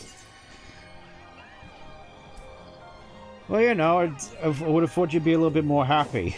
I thought you'd be a little bit more happy about that. Just, people discovering your interests and actually getting engrossed in them. I would have thought that would be a, quite a wonderful thing. You know, it's something that's been on my mind a little bit. It's like, in the unlikely event that I do eventually have kids, I would want to share with them a lot of the older Sonic and Pokemon and all the various movies I grew up with, just to sort of sharing that experience, as it were. Like, especially the Pokemon stuff, because I imagine that would be cool. That definitely seems like more of a generational sort of thing. And those are also like, dang it, this is old now. To be fair, I do feel like that. I've never had that problem when new folks try to hijack stuff. The tourists. I get it.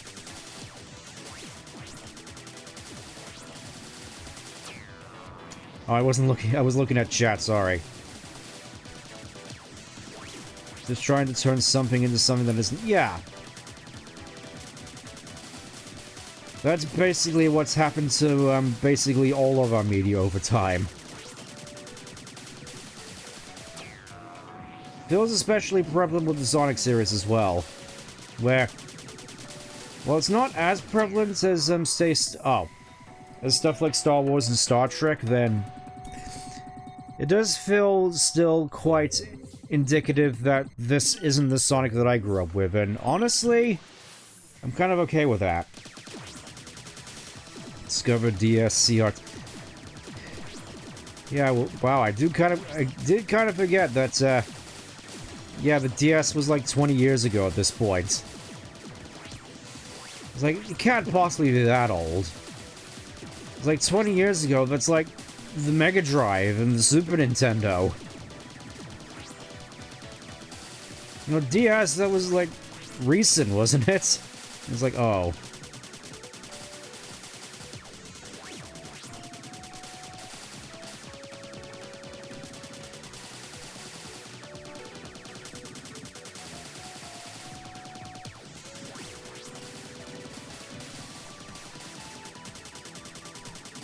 Like, this whole minigame is so prevalent, I wonder if they're trying to prepare me for something.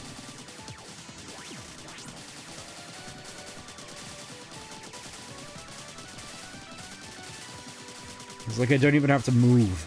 There we go. All the PlayStation can get hooked on its magical and see the value in physical things we own, assuming it's not just being...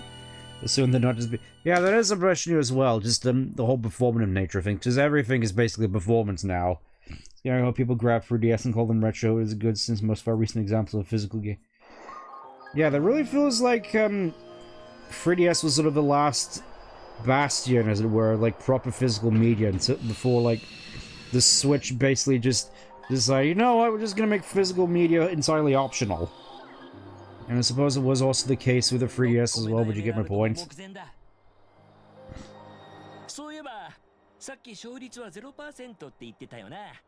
それはまだ変わらないのか？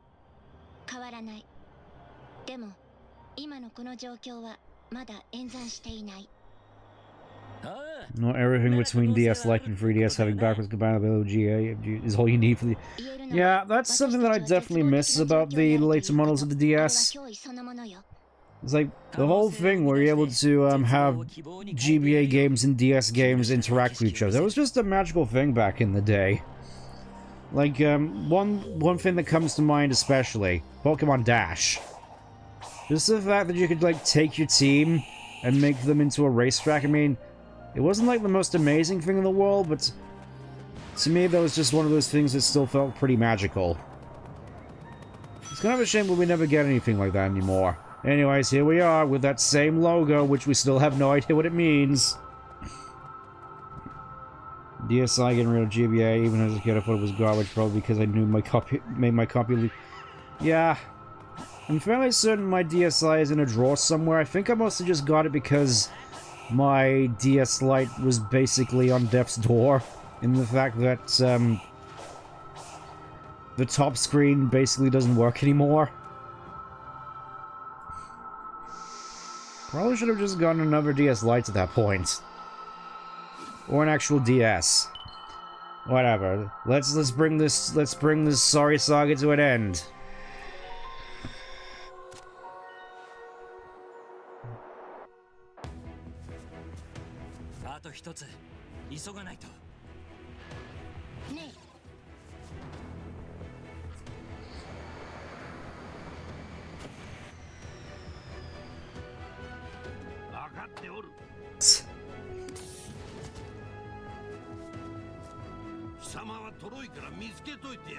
It's like, oh yes, you are too slow, so I found this one emerald. Yeah, well, I got 6.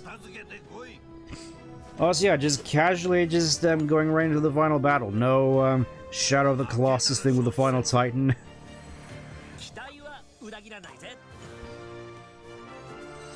Yeah, just going straight into the final boss, as it were. Well, it shouldn't take too long. Aw, she's smiling. It's a shame, because despite that whole thing about her just actively withholding information from Robotnik. I do kind of like Sage, in all honesty. I mean, I've fairly certain I already mentioned her, liking her design-wise for reasons, but I suppose I may as well just give an indication of what I'm talking about when I say design-wise. Just give me a sec.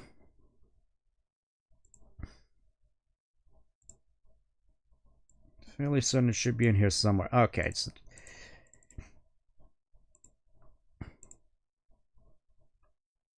you know, just so we're on a similar page. Just so we're on a similar page here.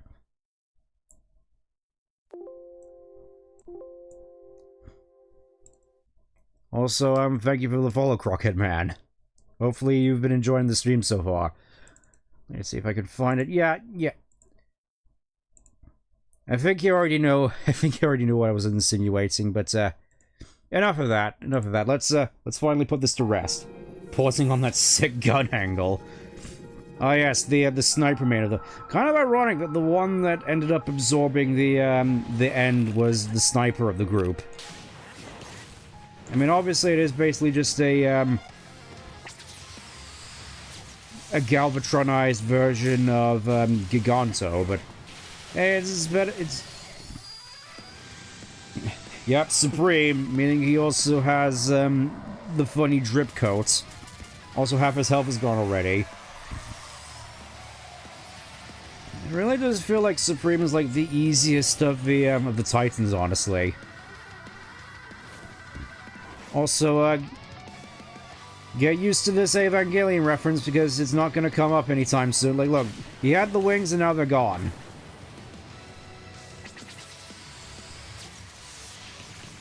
Also, fairly certain that's not how that's supposed to work, but I don't care.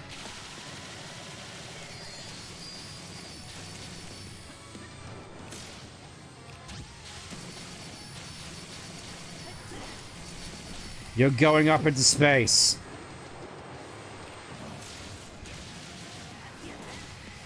And then down you go into the ground again. Want to showcase that off at least once. You only get that reference from 3.0 plus 1.0. Why not just call it 4.0 in that case?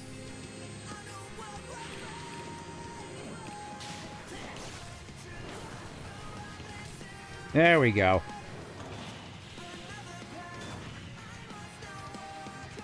Somehow I ended up like miles out across the sea.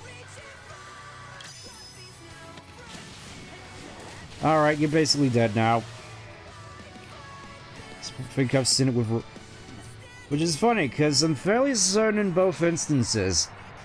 Sage's voice actor is basically Rei from Evangelion. Or at least, her English VA is. 3.0 is different from 3.33 because of the equivalent of a director's cut. That's just... Yeah, I didn't realize just how confusing Evangelion got after a while. Also, fairly certain that her Japanese VA also is the same as Jessie from Pokemon. At least 90% certain that's the case.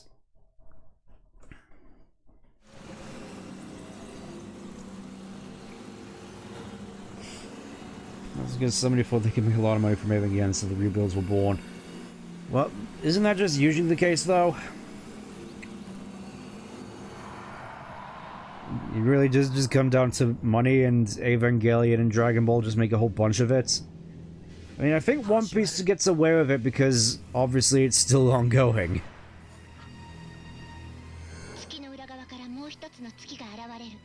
Another moon will appear from the dark side of the moon.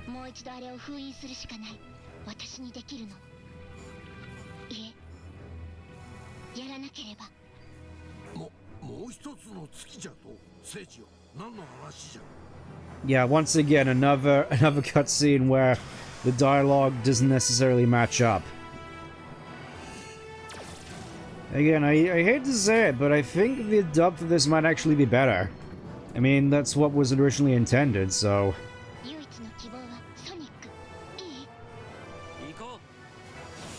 It really is annoying, honestly, because there's a lot of creative decisions in the dub which I think we're all not too fond of. Amy. Whatever though. Time for the final fight. It's like, oh yes, I don't need to worry about her. You know, my masterpiece and not my daughter at all. The gruff Sonic voice is definitely a choice as well. Honestly, I do kind of like it. I do kind of... The Japanese voice for Sage is also... Yeah. At least I remember that being the case. Can you hear me, Snake?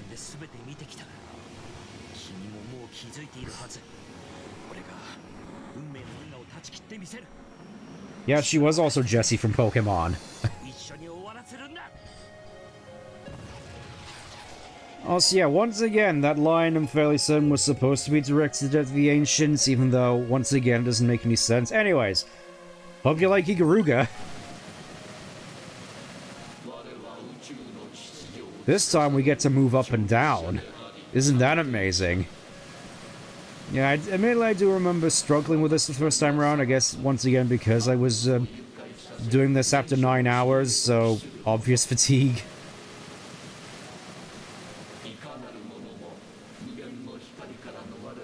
Also kind of a shame that we never actually get any subtitles of this, so we can only sort of assume what it's saying. It's like, I am infinite, except not really, because he's dead, except not really. We don't know anymore. Just whatever, have these lasers. It's like we're like in the I was gonna say Omega Flower, this is basically just on par with like Toho likes, isn't it?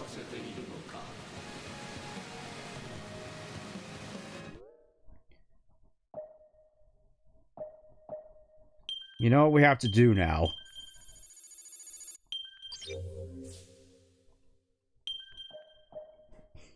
Give me a sec. I gotta set up the bits.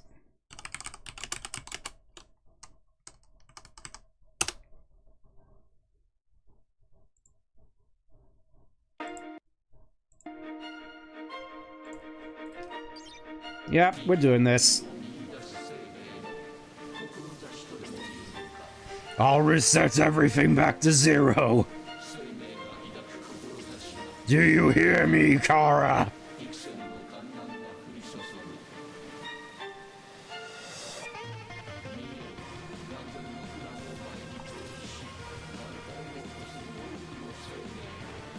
Yeah, fairly certain for this one, all you have to do is, like, stay in one place. Yeah, I think I should be safe here.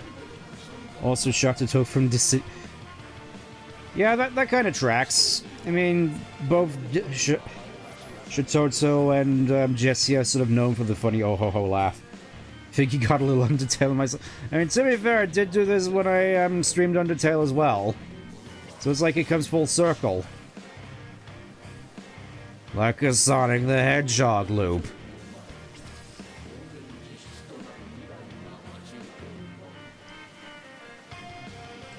I do definitely understand people sort of being super disappointed about the nature of this boss fight, but honestly, compared to what we got in Final Horizons, I do still think I prefer this.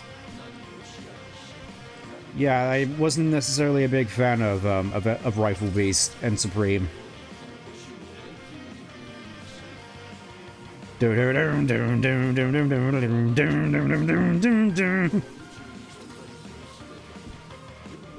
Ah, this music is still so good. That is an interesting question as well, honestly, now that I think about it. How exactly is Toby gonna top this at the end of Deltarune? It's like, where can he possibly go from here?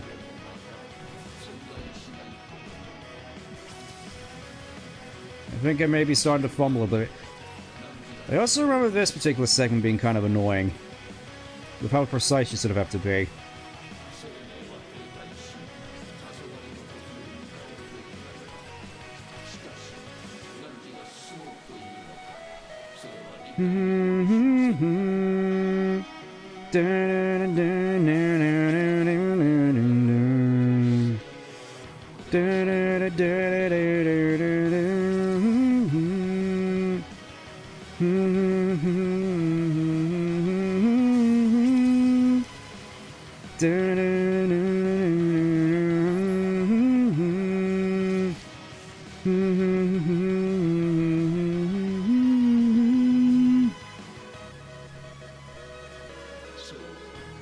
Okay, I think we've basically reached the end now.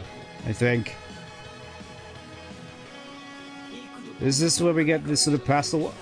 Yeah, basically, health isn't going down anymore. So all we just have to do is just, stay alive, essentially. Like, I am inevitable! Yeah, well, I am Iron Man. Sonic, what the fluff are you talking about? I just wanted to do the bit, alright?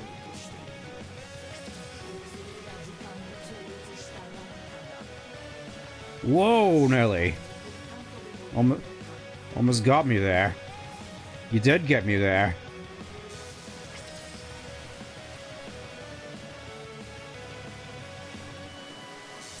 Okay, I think we're basically at the end now.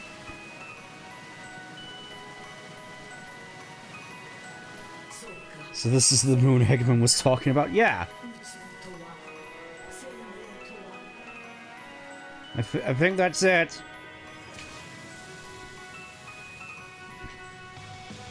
Release it, Gohan! Unleash everything!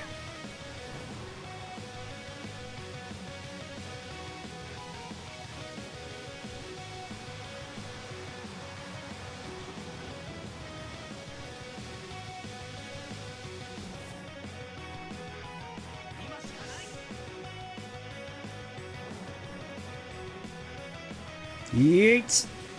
And yep, this whole game ends on essentially just a QuickTime event. It really is like, the series basically peaks with Unleashed.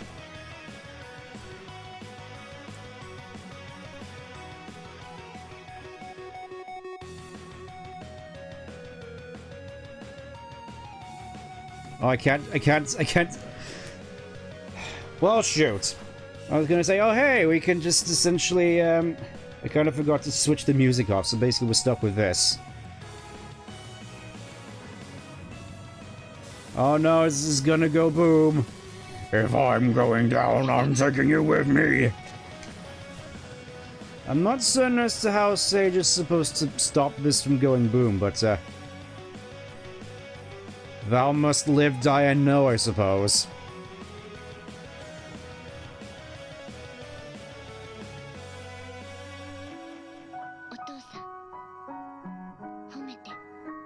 She actually does call him father.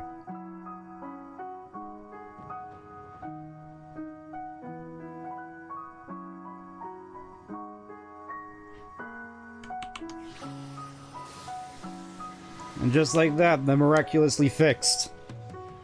Piano kicks at an appropriate time. Yep. Scripted. Shh! Quiet, you.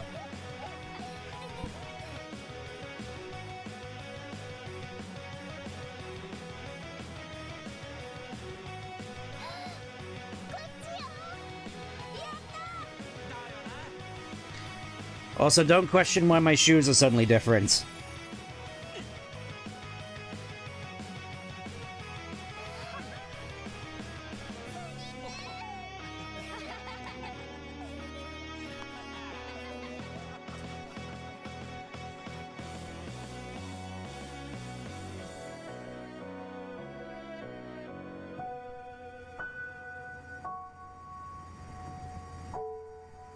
And all the meanwhile, Robotnik has just left to mourn the daughter that he only had for like a few months at most.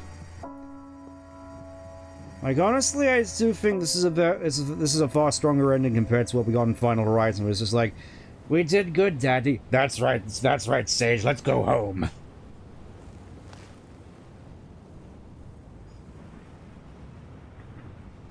And this also means we don't get to listen to the music at all. No. I do gotta wonder. Well, I suppose since this is over, I may as well just do this. Nope, shush.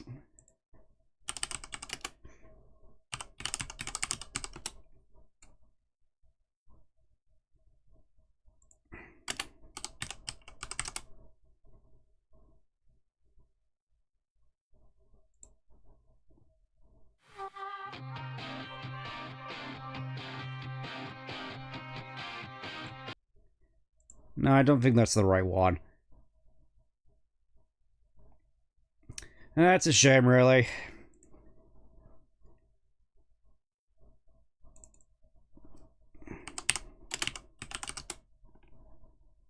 I think this is the one.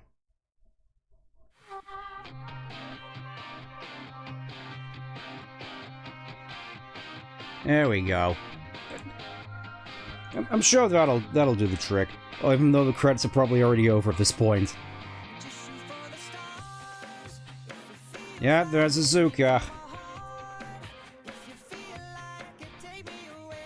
I kind of had to do it, didn't? Yeah, yeah, Kishimoto in there, basically just to try and doctor up the Japanese script to make it make some kind of sense. Just. I will admit, in terms of songs they could have used to promote this game, honestly, I do kind of like this one. Talking, I'll know you. Okay, I'll show you. Got the moves like Jagger. I got the moves like Jagger. I got the moves like Jagger. I'm at least hoping this this is fine to put in.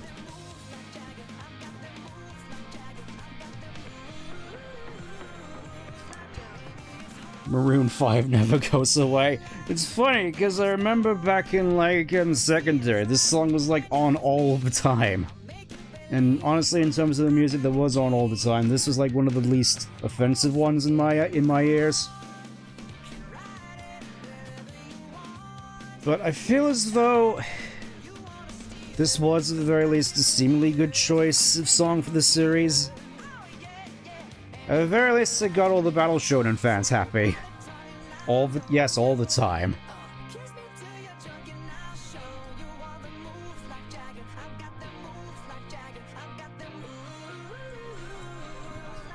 Yep, and somehow they got Nate Wants to Battle in this as well. Oh, and I'm Here Revisited. I'm With You vocalized. It just keeps going. I'm fairly certain they did it. Add in all these extra credits basically in the wake of Final Horizon. I'm fairly certain the credits weren't previously this long. That being said, I do think that even going back to this after nearly 5 years, it still maintains its spot as tech. Yeah! And I can certainly imagine that once something better does come out, like if Frontiers 2 is as good as we're all hoping it is, this will just mostly fade into the background as more of a curiosity than anything, I feel. It's like it's just sort of like with Force in that aspect, where as soon as something better that does its job better comes along, people are just gonna drop it like a rock. Like, I'm still waiting for a future game which has another character creator, you know, something which is a bit more robust. Compared to Forces. You know, just so people actually have a reason to just drop Forces entirely, because that's... No idea what that was. Anyways. Yep, Tornado is basic... I do gotta wonder where they got all the parts of the Tornado after this. No, it wasn't Sonic. Yeah, I agree with these three. That wasn't really all that fun. This feels definitely like a one and done. Really feel the need to nail Sonic levels being replayable like they used to be to get someone like me to stick around for future stuff. Yeah, I kind of agree as well. Also, no mention of sticks here, funnily enough. Yeah, it's like, in the dub for some reason they bring up sticks, even though there's basically no indication of her actually coming back in future. Good. I don't know, I wouldn't mind Styx coming back as basically the Sonic equivalent of Alex Jones. I think that could be pretty entertaining. May as well just play this song as well, because I do quite like this one. Mostly joking. Fair enough, but I will be honest, I did definitely quite like this song as well when I first played Frontiers. Just really get... It feels one of those things where it's, even though my experience with it was, mixed, it really does sort of give me a lot of optimism for what the future of the series holds, which, I'm just gonna be honest, so far, the 2020s have definitely been a step up from the 2010s, even though that's not necessarily saying much. Because when it comes to the 2010s, you can basically just stop after 2012. And I suppose it is kind of funny in a way. It's like, you can basically just stop playing from Generations and potentially just pick up again with Generations.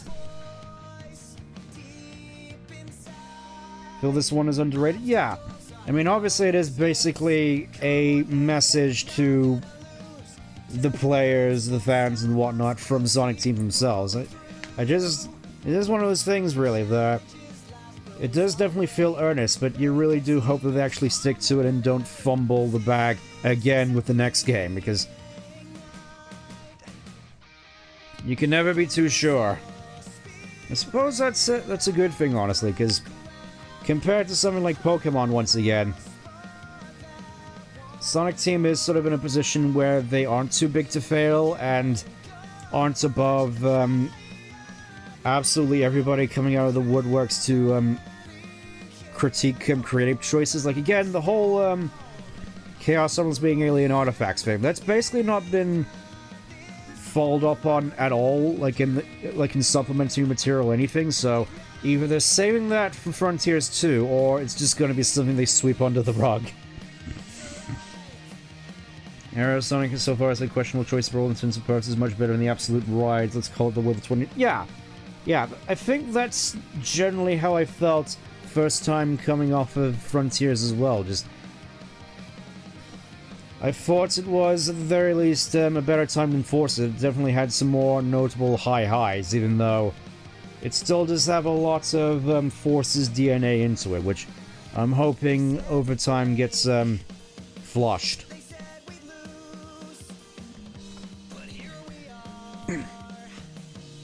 I suppose since we are here, obviously this isn't going to be something which is going to be in Frontiers 2, but thinking more about what I'd want from my ideal Sonic game.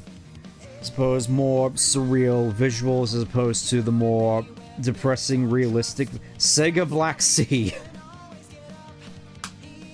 To think that they had a branch all the way out there in the Balkans.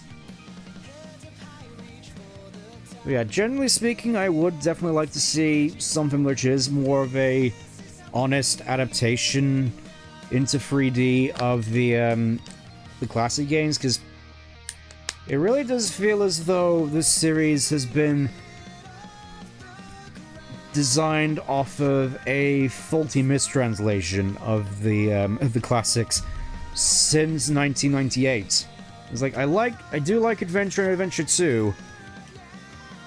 They weren't very good adaptations of the classic games, though.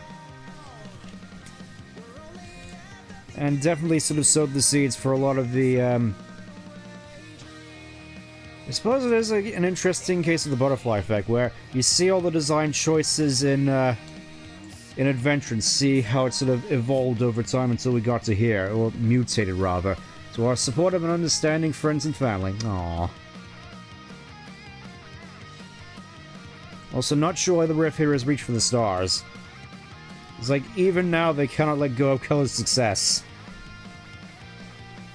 And to be fair, I think I'd rather be playing that over this. Yep. Remember, everybody thinks that he is basically the second coming at this point because of this game. Even though his track record only shows he's made one good game. That being Colors.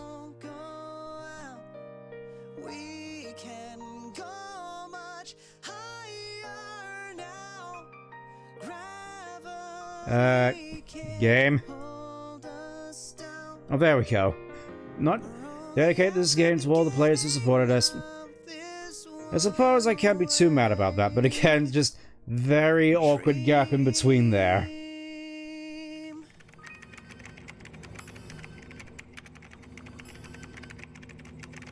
I'm guessing that he's basically just in the same temple we were at the end in Uranus.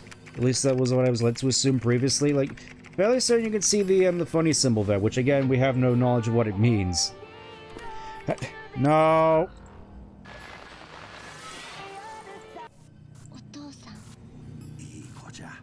Yep.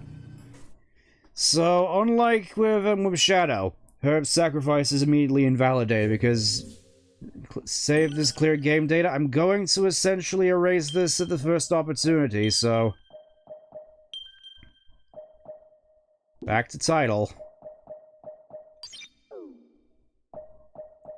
Let me get the music back up.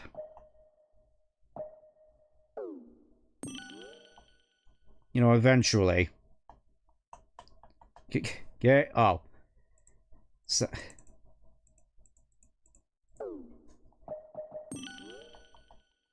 well, shoot, just